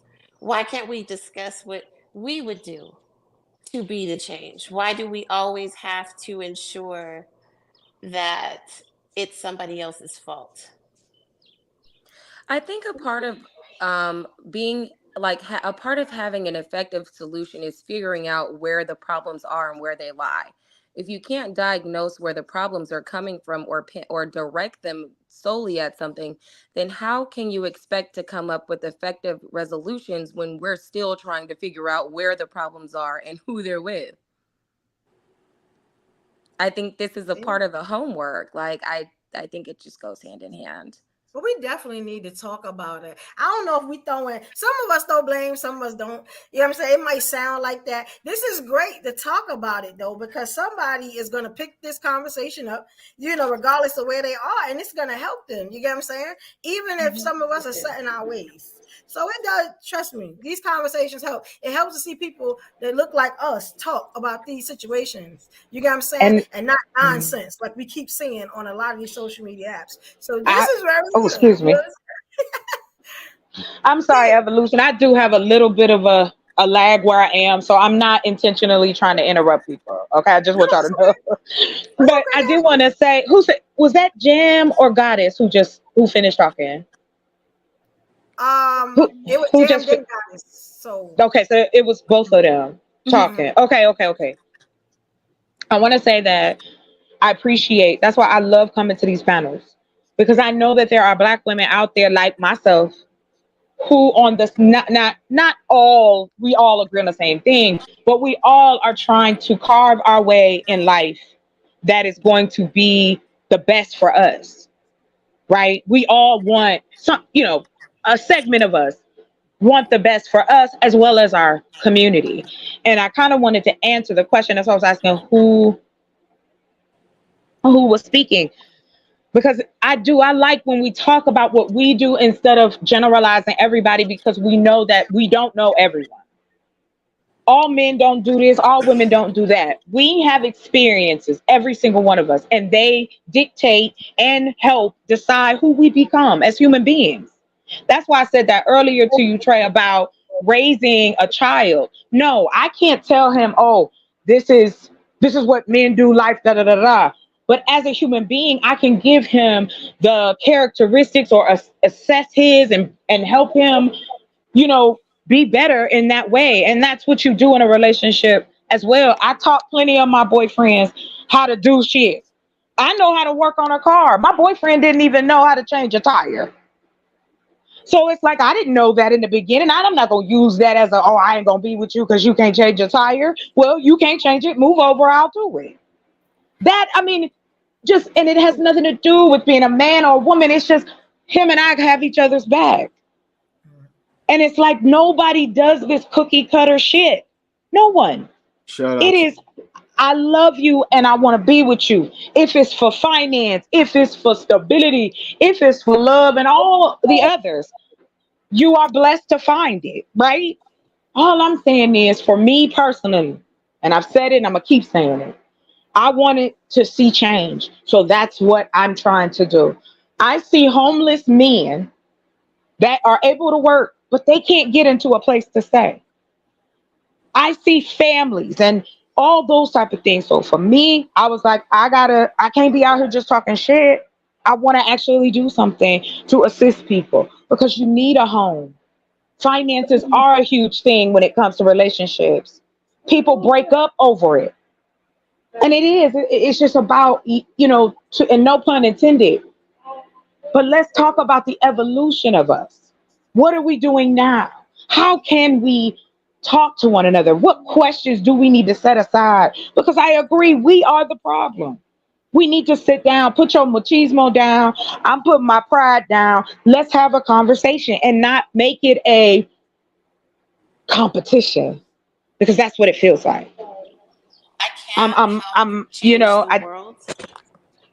go ahead. I'm sorry. I can't help change the world if I'm unwilling to change myself first. And I need to recognize where I express and show weakness, because that's what's important to me. It's not even about the husband. It's not the other people. It's about me. I need to be the best representation because I'm the change. Integrity is something that can't be taught. It has to be witnessed. Why am I depending on other people all the time? It's time for me personally to start showing what integrity is. So if that means that if the man that's coming into my life says, hey, I don't feel comfortable with this man right here, if that man is my friend, he's going to understand that my man comes first. If that friendship is true, it's going to be there. If that relationship ends, or once my man understands that my loyalty is to him, it's not that I'm making a sacrifice. And I think that's where we miss a lot of it, is we always look at what we're going to have to do without. We never look at what we're going to gain. And I would much rather look at what I'm going to gain, because that is more attractive to me. I definitely agree on that part. If I'm sorry, the part where you said about if you had a friend and your man wasn't comfortable with your man friend, you would get rid of that friend. I think I agree on that aspect. I know a lot of women may not. And just all the way down to something simple like an outfit. Like if my man doesn't like that outfit, I'll change that outfit. It's not a sense of control, but it's more of a respect thing for my partner. But I guess I want to ask Jay Jerome, because he's been so active. Yeah, he active. Thank you, player. I'm glad he's here. Listen, I don't miss much, right? And I'm like, okay, sir, I don't know. you take a lot of liberties with thinking that you know women so well. And I find it I find it interesting. This is a me-ism talk because I'm talking about me. That's my experience. Right. Shouldn't we talk about ourselves? We watch people talk about shit all the time. On television, on video. We all talk about different shit. So what's the hubbub, bub? It is an issue. We do have things that need to happen. And like I said, I know I can't change everybody. That's not my goal. My goal is try to spread some love and some happiness and some joy because I don't see it. And then it's like, oh, we're not allowed to have that in the relationship too. Let's talk about that part. That's all. Go ahead. You got it. I'm sorry. It's funny that we hear discussions that women are unwilling to hold themselves accountable.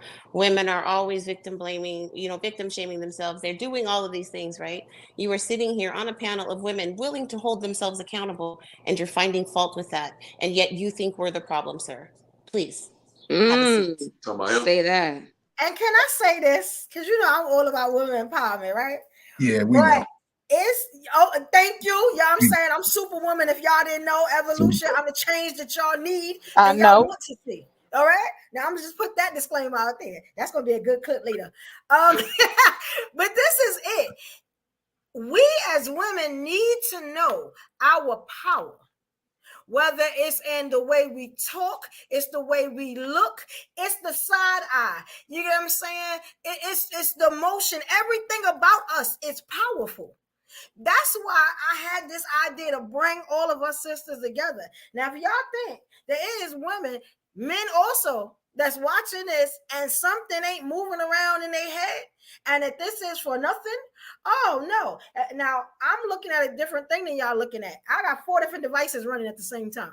I see people coming out. You get what I'm saying? I'm seeing the comments. I can't really, hit on every one of them. Shout out to my Instagram family, my Facebook family. It's a lot of Army for Life. Thank you, Queen Robert, L. Hines. I shout y'all out. Midnight. Thank you, Mama, because she's stuck in the whole show. You get what I'm saying? They see this, and this is helping. You get what I'm saying? Now, I didn't see a lot of accountability on the men. Well, King had it. You get what I'm saying? Trey, we had him halfway. Trey, we gonna get you there. But you know what I'm saying? I got a special place in my heart for Trey. You know what I'm saying? That's Zaddy. We gonna get him there because he started off right. This something switch. I think it was Jay Jerome. I think it was Jay Jerome. Please make sure you come back. But let me tell you something. This is helping people. You get what I'm saying? Sometimes we can't talk from an I all the time. You get what I'm saying? Sometimes we got to talk from what we see. You get what I'm saying? And what we think needs to be changed, whether it be right or wrong. You know what I'm saying? Sometimes you have to throw your opinion out there and see who it lands on. You get what I'm saying? Yeah. Who it changes. Because let me tell you something.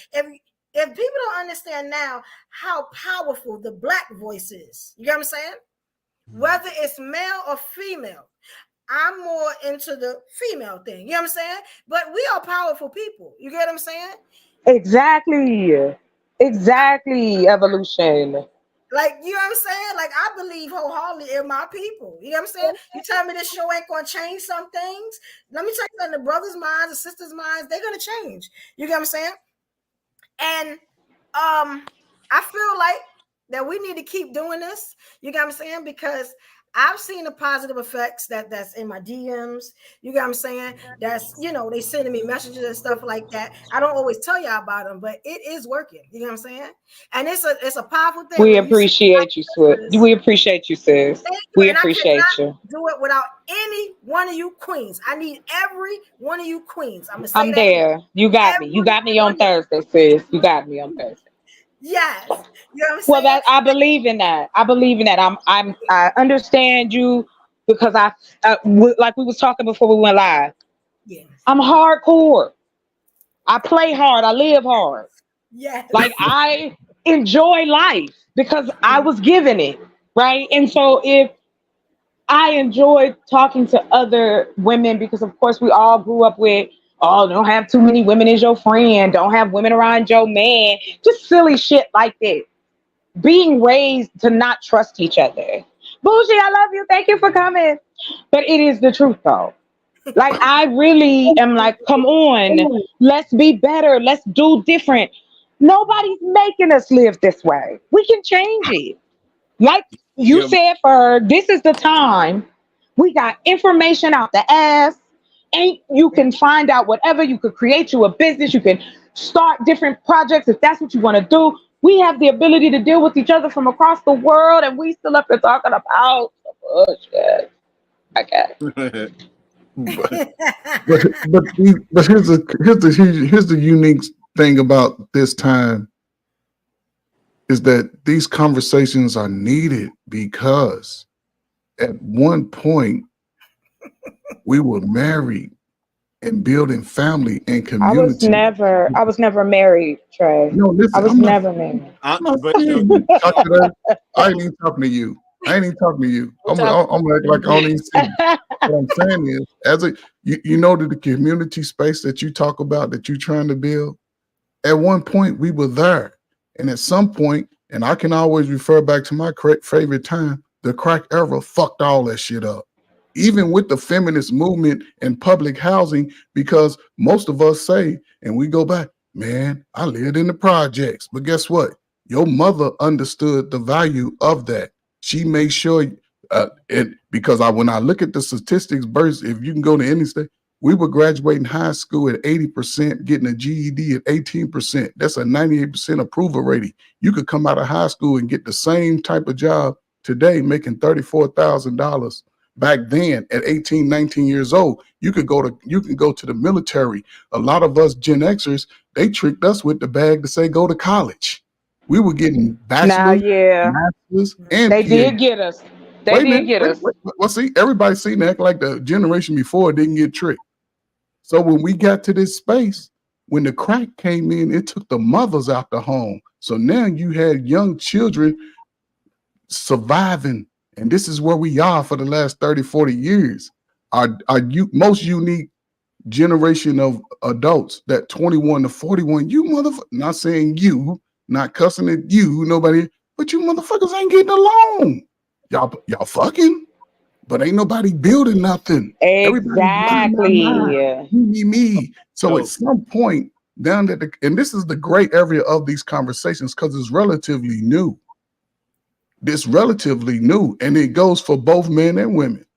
If I live in Texas and ain't no good women in Texas, and I'm just working at Amazon, I can always relocate. I ain't got no hell of a job. It ain't like any of us over the last 20 years got hell of a fucking careers where we work at Ford, fucking Taco Bell, you know. So this is a great time for you to look at your asset. I thought COVID would give us a better future, but COVID just exposed our disadvantages even more. Yes, it did. And our mental incapacities, because there was a time when a lot of the young men were being placed on medication, and these motherfuckers are grown now, 6'4", still trying to figure out what the fuck happened.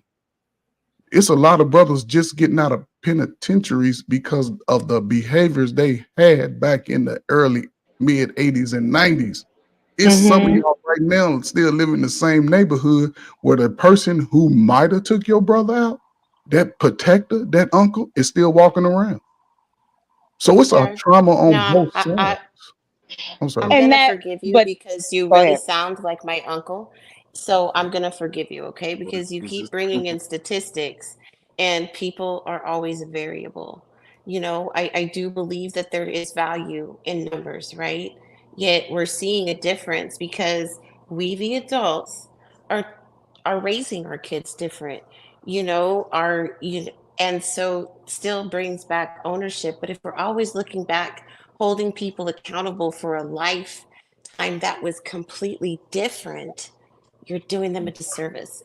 There's so many changes. There's so many changes. There's a way that you can still hold true to the elements that you're wanting to hold on to, again, through that character element. Yet there's got to be some adaptation as the times changed. Because if you're just stuck in the past on what the past used to be, you've set me up for failure again. No. I'm not going to live up If to you that. don't, No. you know the phrase. You know the phrase. The phrase know. is, if you don't know your history, you're doomed to Yep. repeat it. And like, if you don't know that such and such had these problems, how do you even know to fix anything? So Correct. yeah, we need to go back. We need to revisit things so that we can do things And like, better. it's and do even things coming more down to fluid. where they're okay, not so even I telling just you want to to leave ask. it there, where in time you want to dismiss okay. it, is going to I just put want us to in ask. a worse position, and I want make to it even ask, more what does me worse. looking back on the Black community have anything to do with how I'm going to love my singular man? Well, it may A not lot. do anything for Huh? you, but Or you'll if repeat the other mistakes. people Huh? understand their history and really get in tune with Because what's we don't happened to understand. our men, then we may have a better understanding of how we can love them back to where all of our problems may have originated from. History matters. What has happened to our people has mattered, and if we're not aware and if we don't talk or acknowledge those things, then history can definitely repeat itself because nobody's expecting it to happen again. And none of you realize that in these conversations, we are a repeat of history. There's no evolution just in our conversation. We're still pointing the Yeah. finger at, Human we're still nature looking does out not change. and pointing blame. I'm just I holding think you it to has to do your with own, your own type of I'm thing, just because holding you to your if you own don't think standard. personally that the Put I'm my community holding point. you, or Black I'm Okay, people wait, holding wait. you One to mic. your own Let progress standard. him in rebuttal. slavery, then that's your own opinion. You can't Yeah. say just because you think people haven't made any progress, that means we haven't made any That's progress. some Like, that's bullshit your right there. opinion. Right. And it's Because you keep it's saying really don't bring up unique. statistics, but that's what makes the world. Numbers make the world. Everything is a It's statistic. So how are you it's telling us Because to white unique. take people the look at numbers that out shit of every it? day. Something that's It's unique proven. that you're not allowing it. Just because it's always worked doesn't make it right. So it's just a Well, different voice. what do you want us to I'm not base the sure. It's information not. off It's of? One at a time, ladies. One at a we time. It's are not making just any sense. if this is a conversation, right? If you notice, I keep bringing it back to self, yet you willingly keep wanting to look out and cast blame. It has So we're nothing to gonna do always about what gonna I be acknowledge at with myself. odds. My own We're personal always self gonna isn't be at how I'm giving back odds. to the Yeah. community, because the Yeah. problems in the community don't But have anything to again, do I with don't think how I I the feel best about agree. Oh, let her myself. finish. God is let her I'm finish. comfortable with me. I'm not comfortable with what's going on in my community. So those are two Exactly. separate things. So what are you talking about right now? I'm I not hear trying that. to marry my community. That's what I'm Well, Yeah, but don't talking if marry about. your you want community. Wait, I'm Well, wait, that's wait, why cool. we wait. I'm fail. cool with Wait a We were minute. mine. talking. That's You're why we We were saying fail. that talking. you need to You know, heal we were your Yeah. talking yourself about to gain relationships, access to but we your never What talk that community. about mean? ourselves. Like, I don't understand. You're saying because I'm comfortable with myself, because you're not comfortable with you can't do back for your community. That's not the same for me. So, like I said, that's your own opinion. Right. I'm comfortable with me. Where did I say that? The work that I have to do on myself has nothing to do with the work that needs to be done in the community. Yeah. I can still acknowledge those problems while also acknowledging myself. You're saying two things can't be worked on at one time? That sounds Oh, kind of crazy. sweet.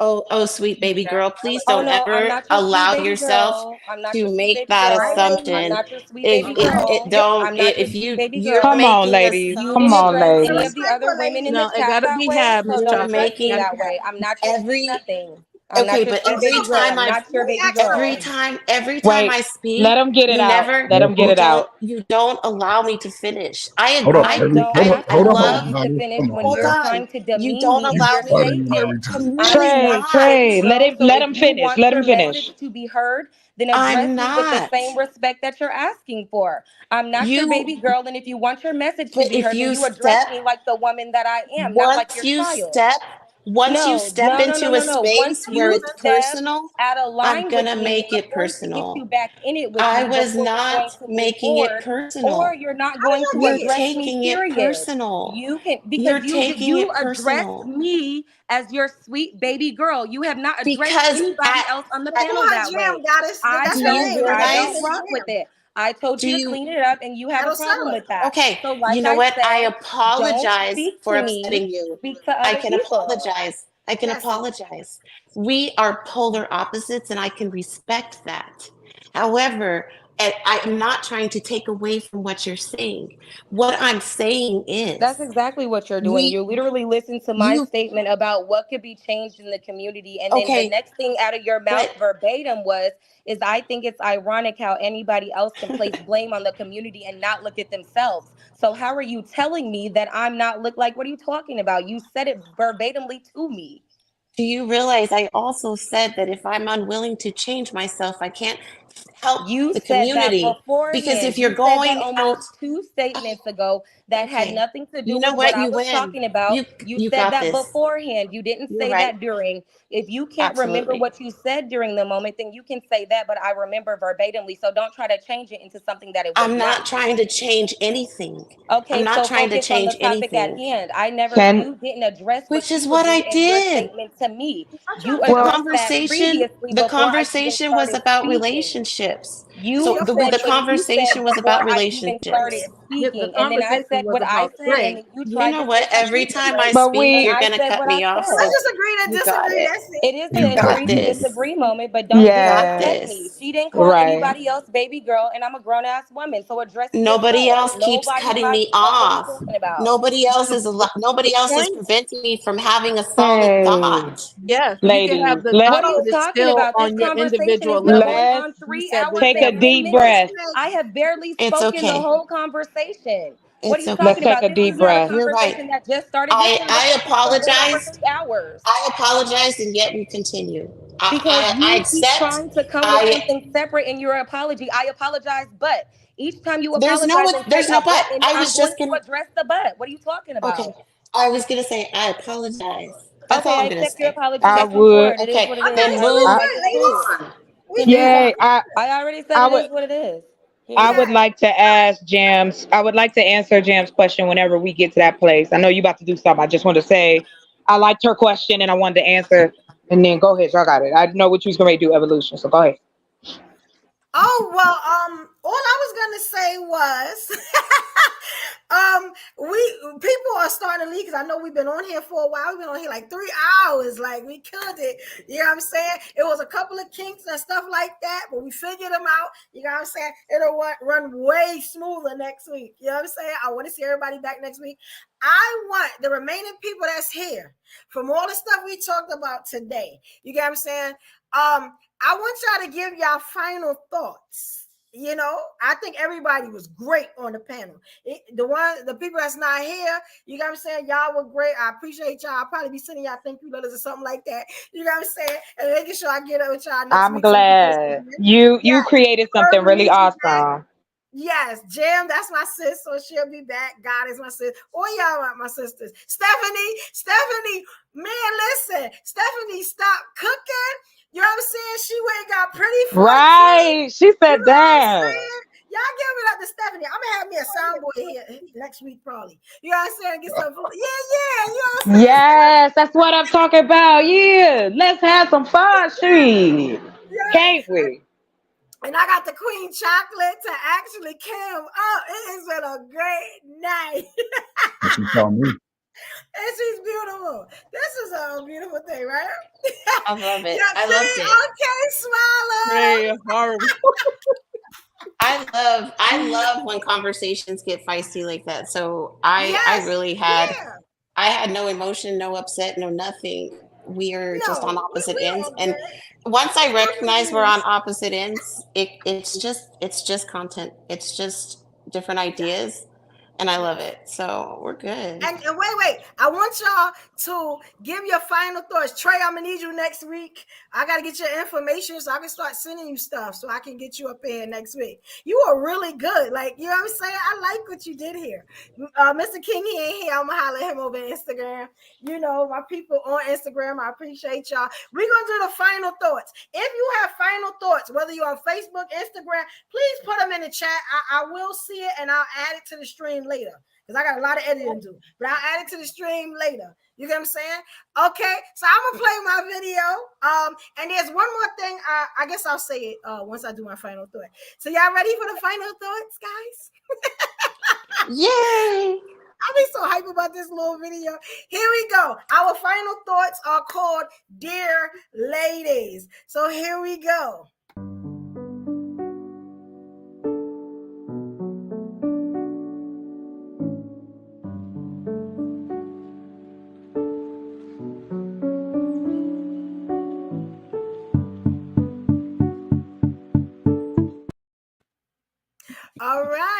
right, so who's gonna start first? You want to start first, Chocolate?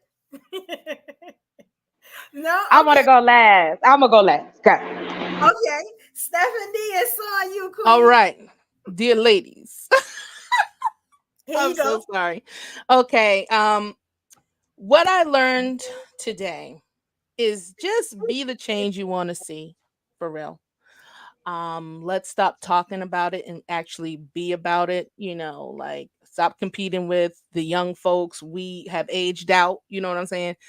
And just accept it. Okay, let's start teaching the younger people and inspiring them, not beating down on them, but as Chocolate said, like let's be pleasant so that they'll be like, wow, there's something to relationships, there's something to marriage that looks attractive that I want to be a part of and share my life with someone.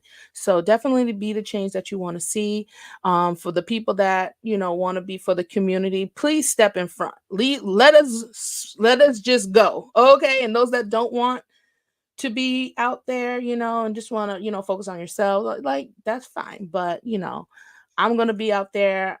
This is why I'm on YouTube. This is why I have a public platform, is to really be a spearhead and be out there and talk to things that people they don't want to talk to or lost hope in, and just inspire people, because we do need inspiration. There's lots of crazy things going on in the world, and just trying to be a positive voice and example in these days and times is my focus. So let's be that change we want to see.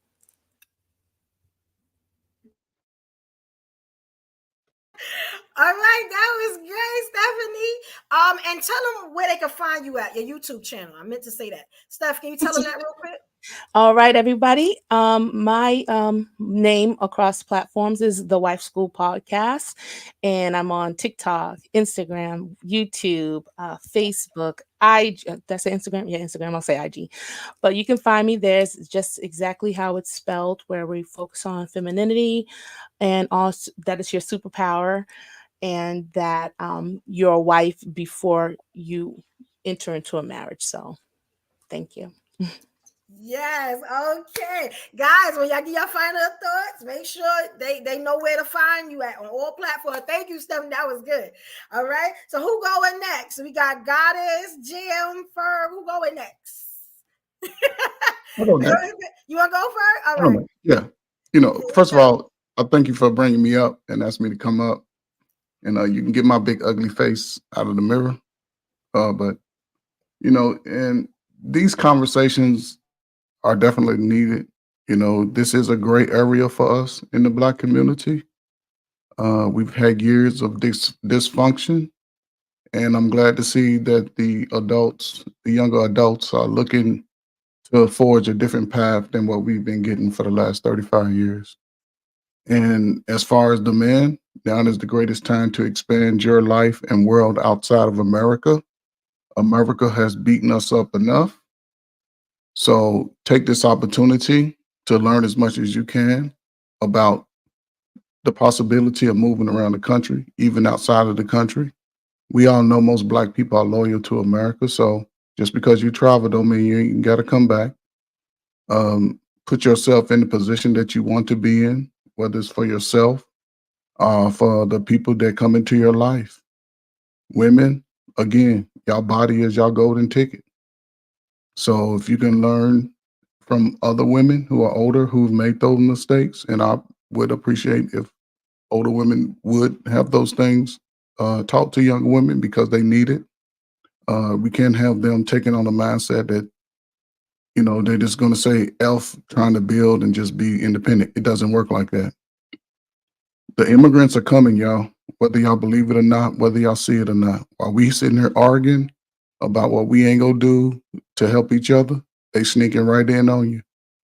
All these jobs that they shipped overseas, they coming back to America. Not for you, for them new ones.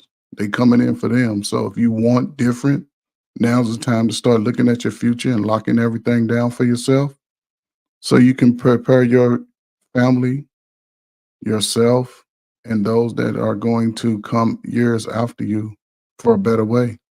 Because this way is not working.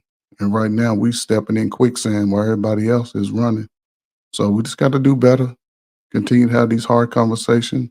Everybody hold each other accountable. Men hold men accountable. Women hold women accountable. And everybody has to hold the children accountable. So, Evolution, appreciate you. Thank me. I thank you. You can find me roaming around the YouTube streets on Black Men Unfiltered on Wednesdays on the 1-at-1 Sports Show. Also, with a little encouragement from others, I'll be starting my own page, and that's at Trey Ferg, the player coach. Sometime I'm the player, sometime I'm the coach. And it's going to be covering various topics on trying to just be better. Put yourself in positions as me, 56 years old, retired, ain't got to do shit.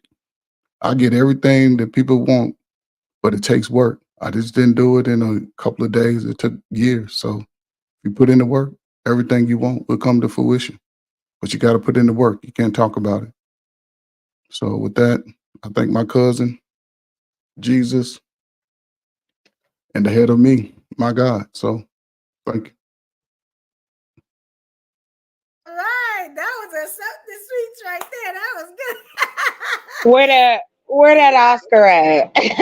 I'm just messing with you, Trey. I got mad love for you. I just want you to know you look like a genie right now because you floating. I'm supposed to Every float. time. I'm gonna float in your It's just mind. your, it's your chain. It's your chain. The rest of your life. Here's you'll see this. Represent for the light skinned brothers. Y'all was in the 90s. Y'all was in the 90s. We never been out of style. Y'all be back. Y'all be back. We ain't never been out of style. Yes, y'all have. All right, we gonna move on to our Jam. You ready, Jam? Is Jam still there? There you go. All right, here you go, Jam. Put it's kind of hard to top that one. The bar is set. Okay, no, but here you go. Thank you for bringing me up. I definitely say continue to have challenging. Excuse me. I definitely say continue to have challenging conversations because they're needed. If you are making a difference, be that difference. Continue to be the difference that you want to see. If people can't get with your campaign, if people are being negative, if they don't have anything to contribute to it, everybody can't grow, everybody can't go, but that doesn't stop the mission. Okay. Definitely continue to be proactive so you don't have to be reactive. Stop having frivolous sex. Get to know a person if you want to be with that person, but most importantly, get to know yourself first. Heal from the things that contribute to you as a person that may not be in your best or forthcoming. So that way, other people don't have to heal from getting to know you. And maybe that could be a step in the right direction. If you are free spirited, have a balance.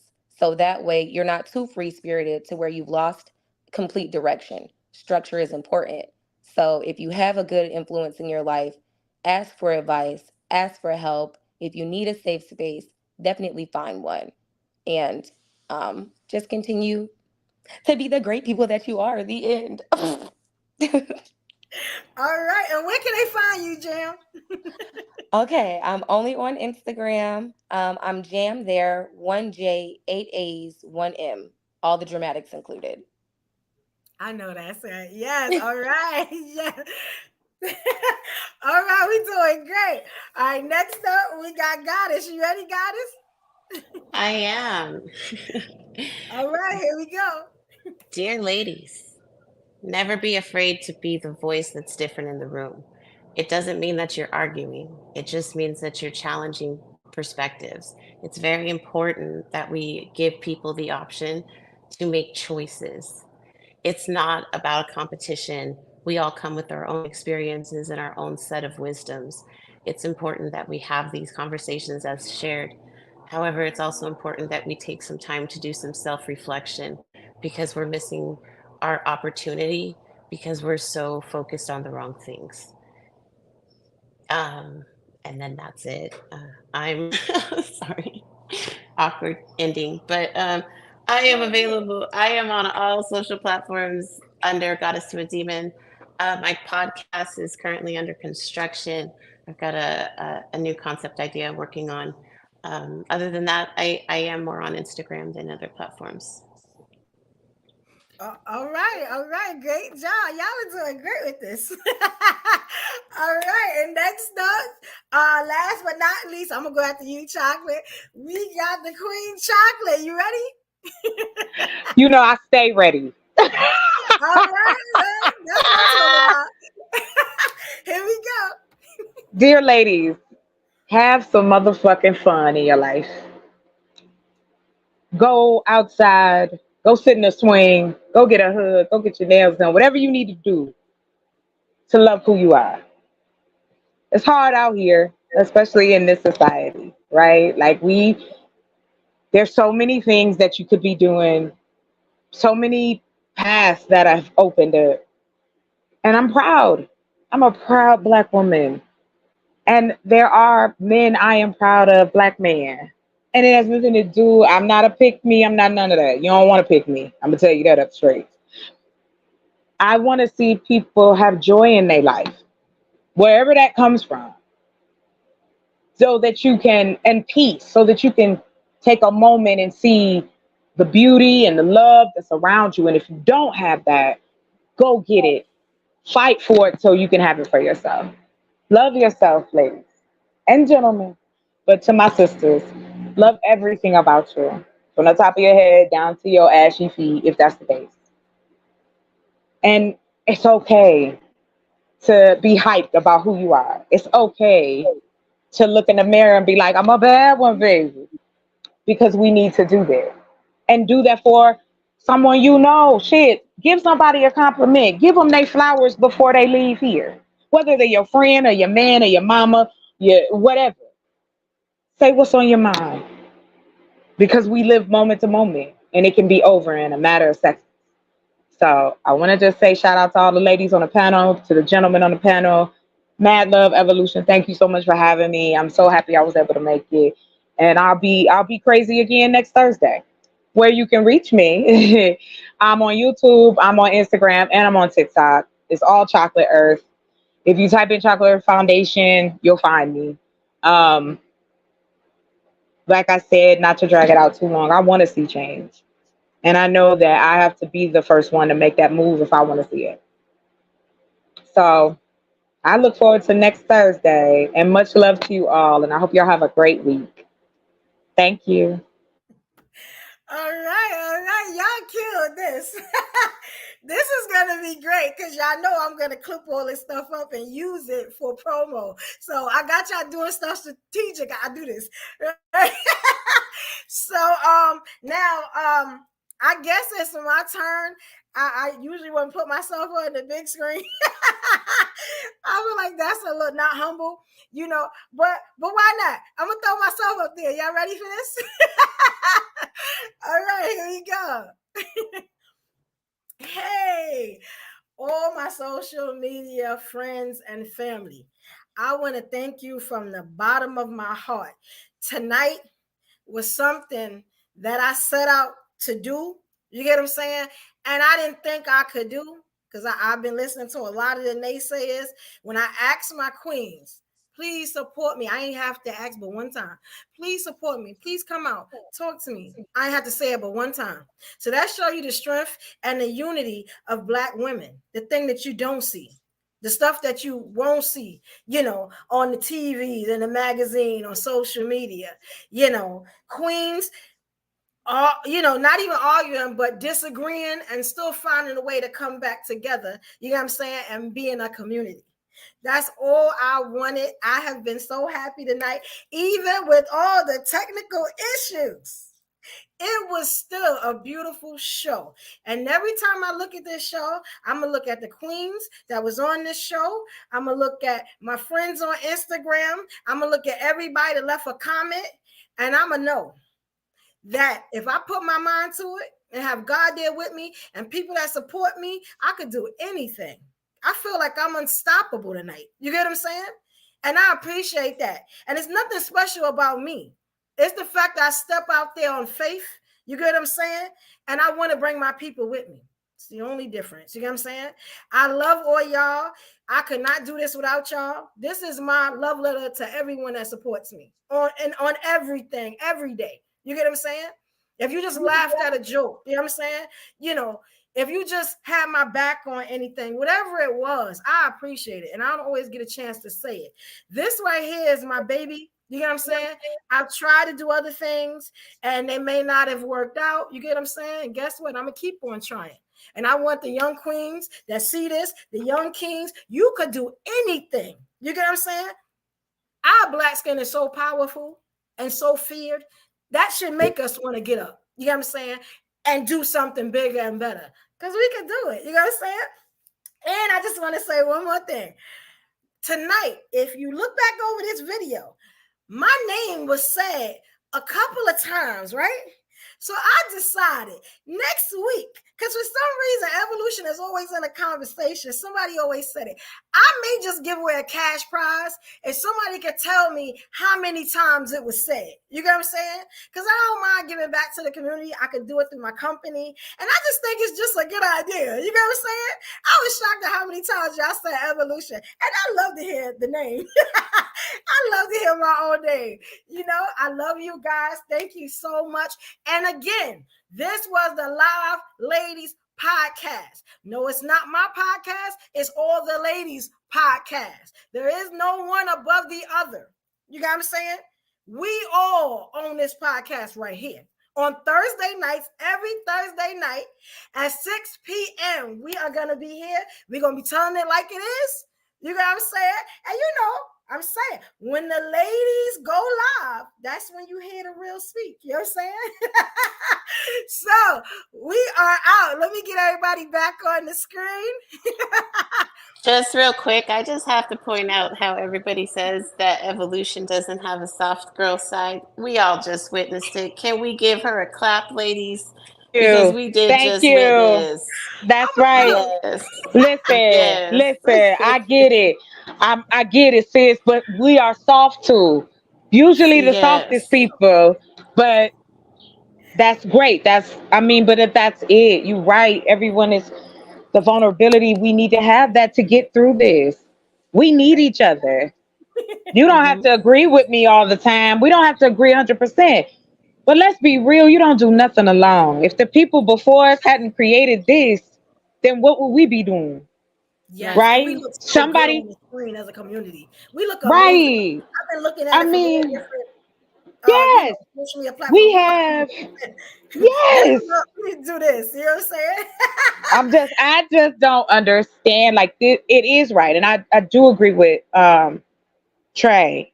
Even though he looked like, did anybody ever see Ghostbusters 2 when the painting was the man was coming out the painting? You know what I'm talking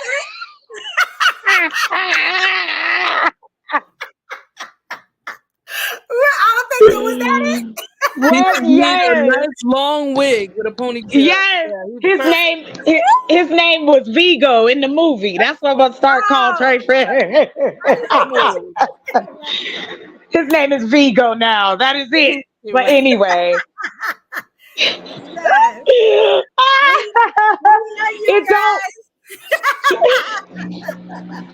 It don't make it no better. So, thank you. I ordered mine. Have a good night, y'all. Thank y'all so much for tuning in. Bye. It was so cool talking to y'all. All right, have a good one tonight, ladies. Trey, mad love.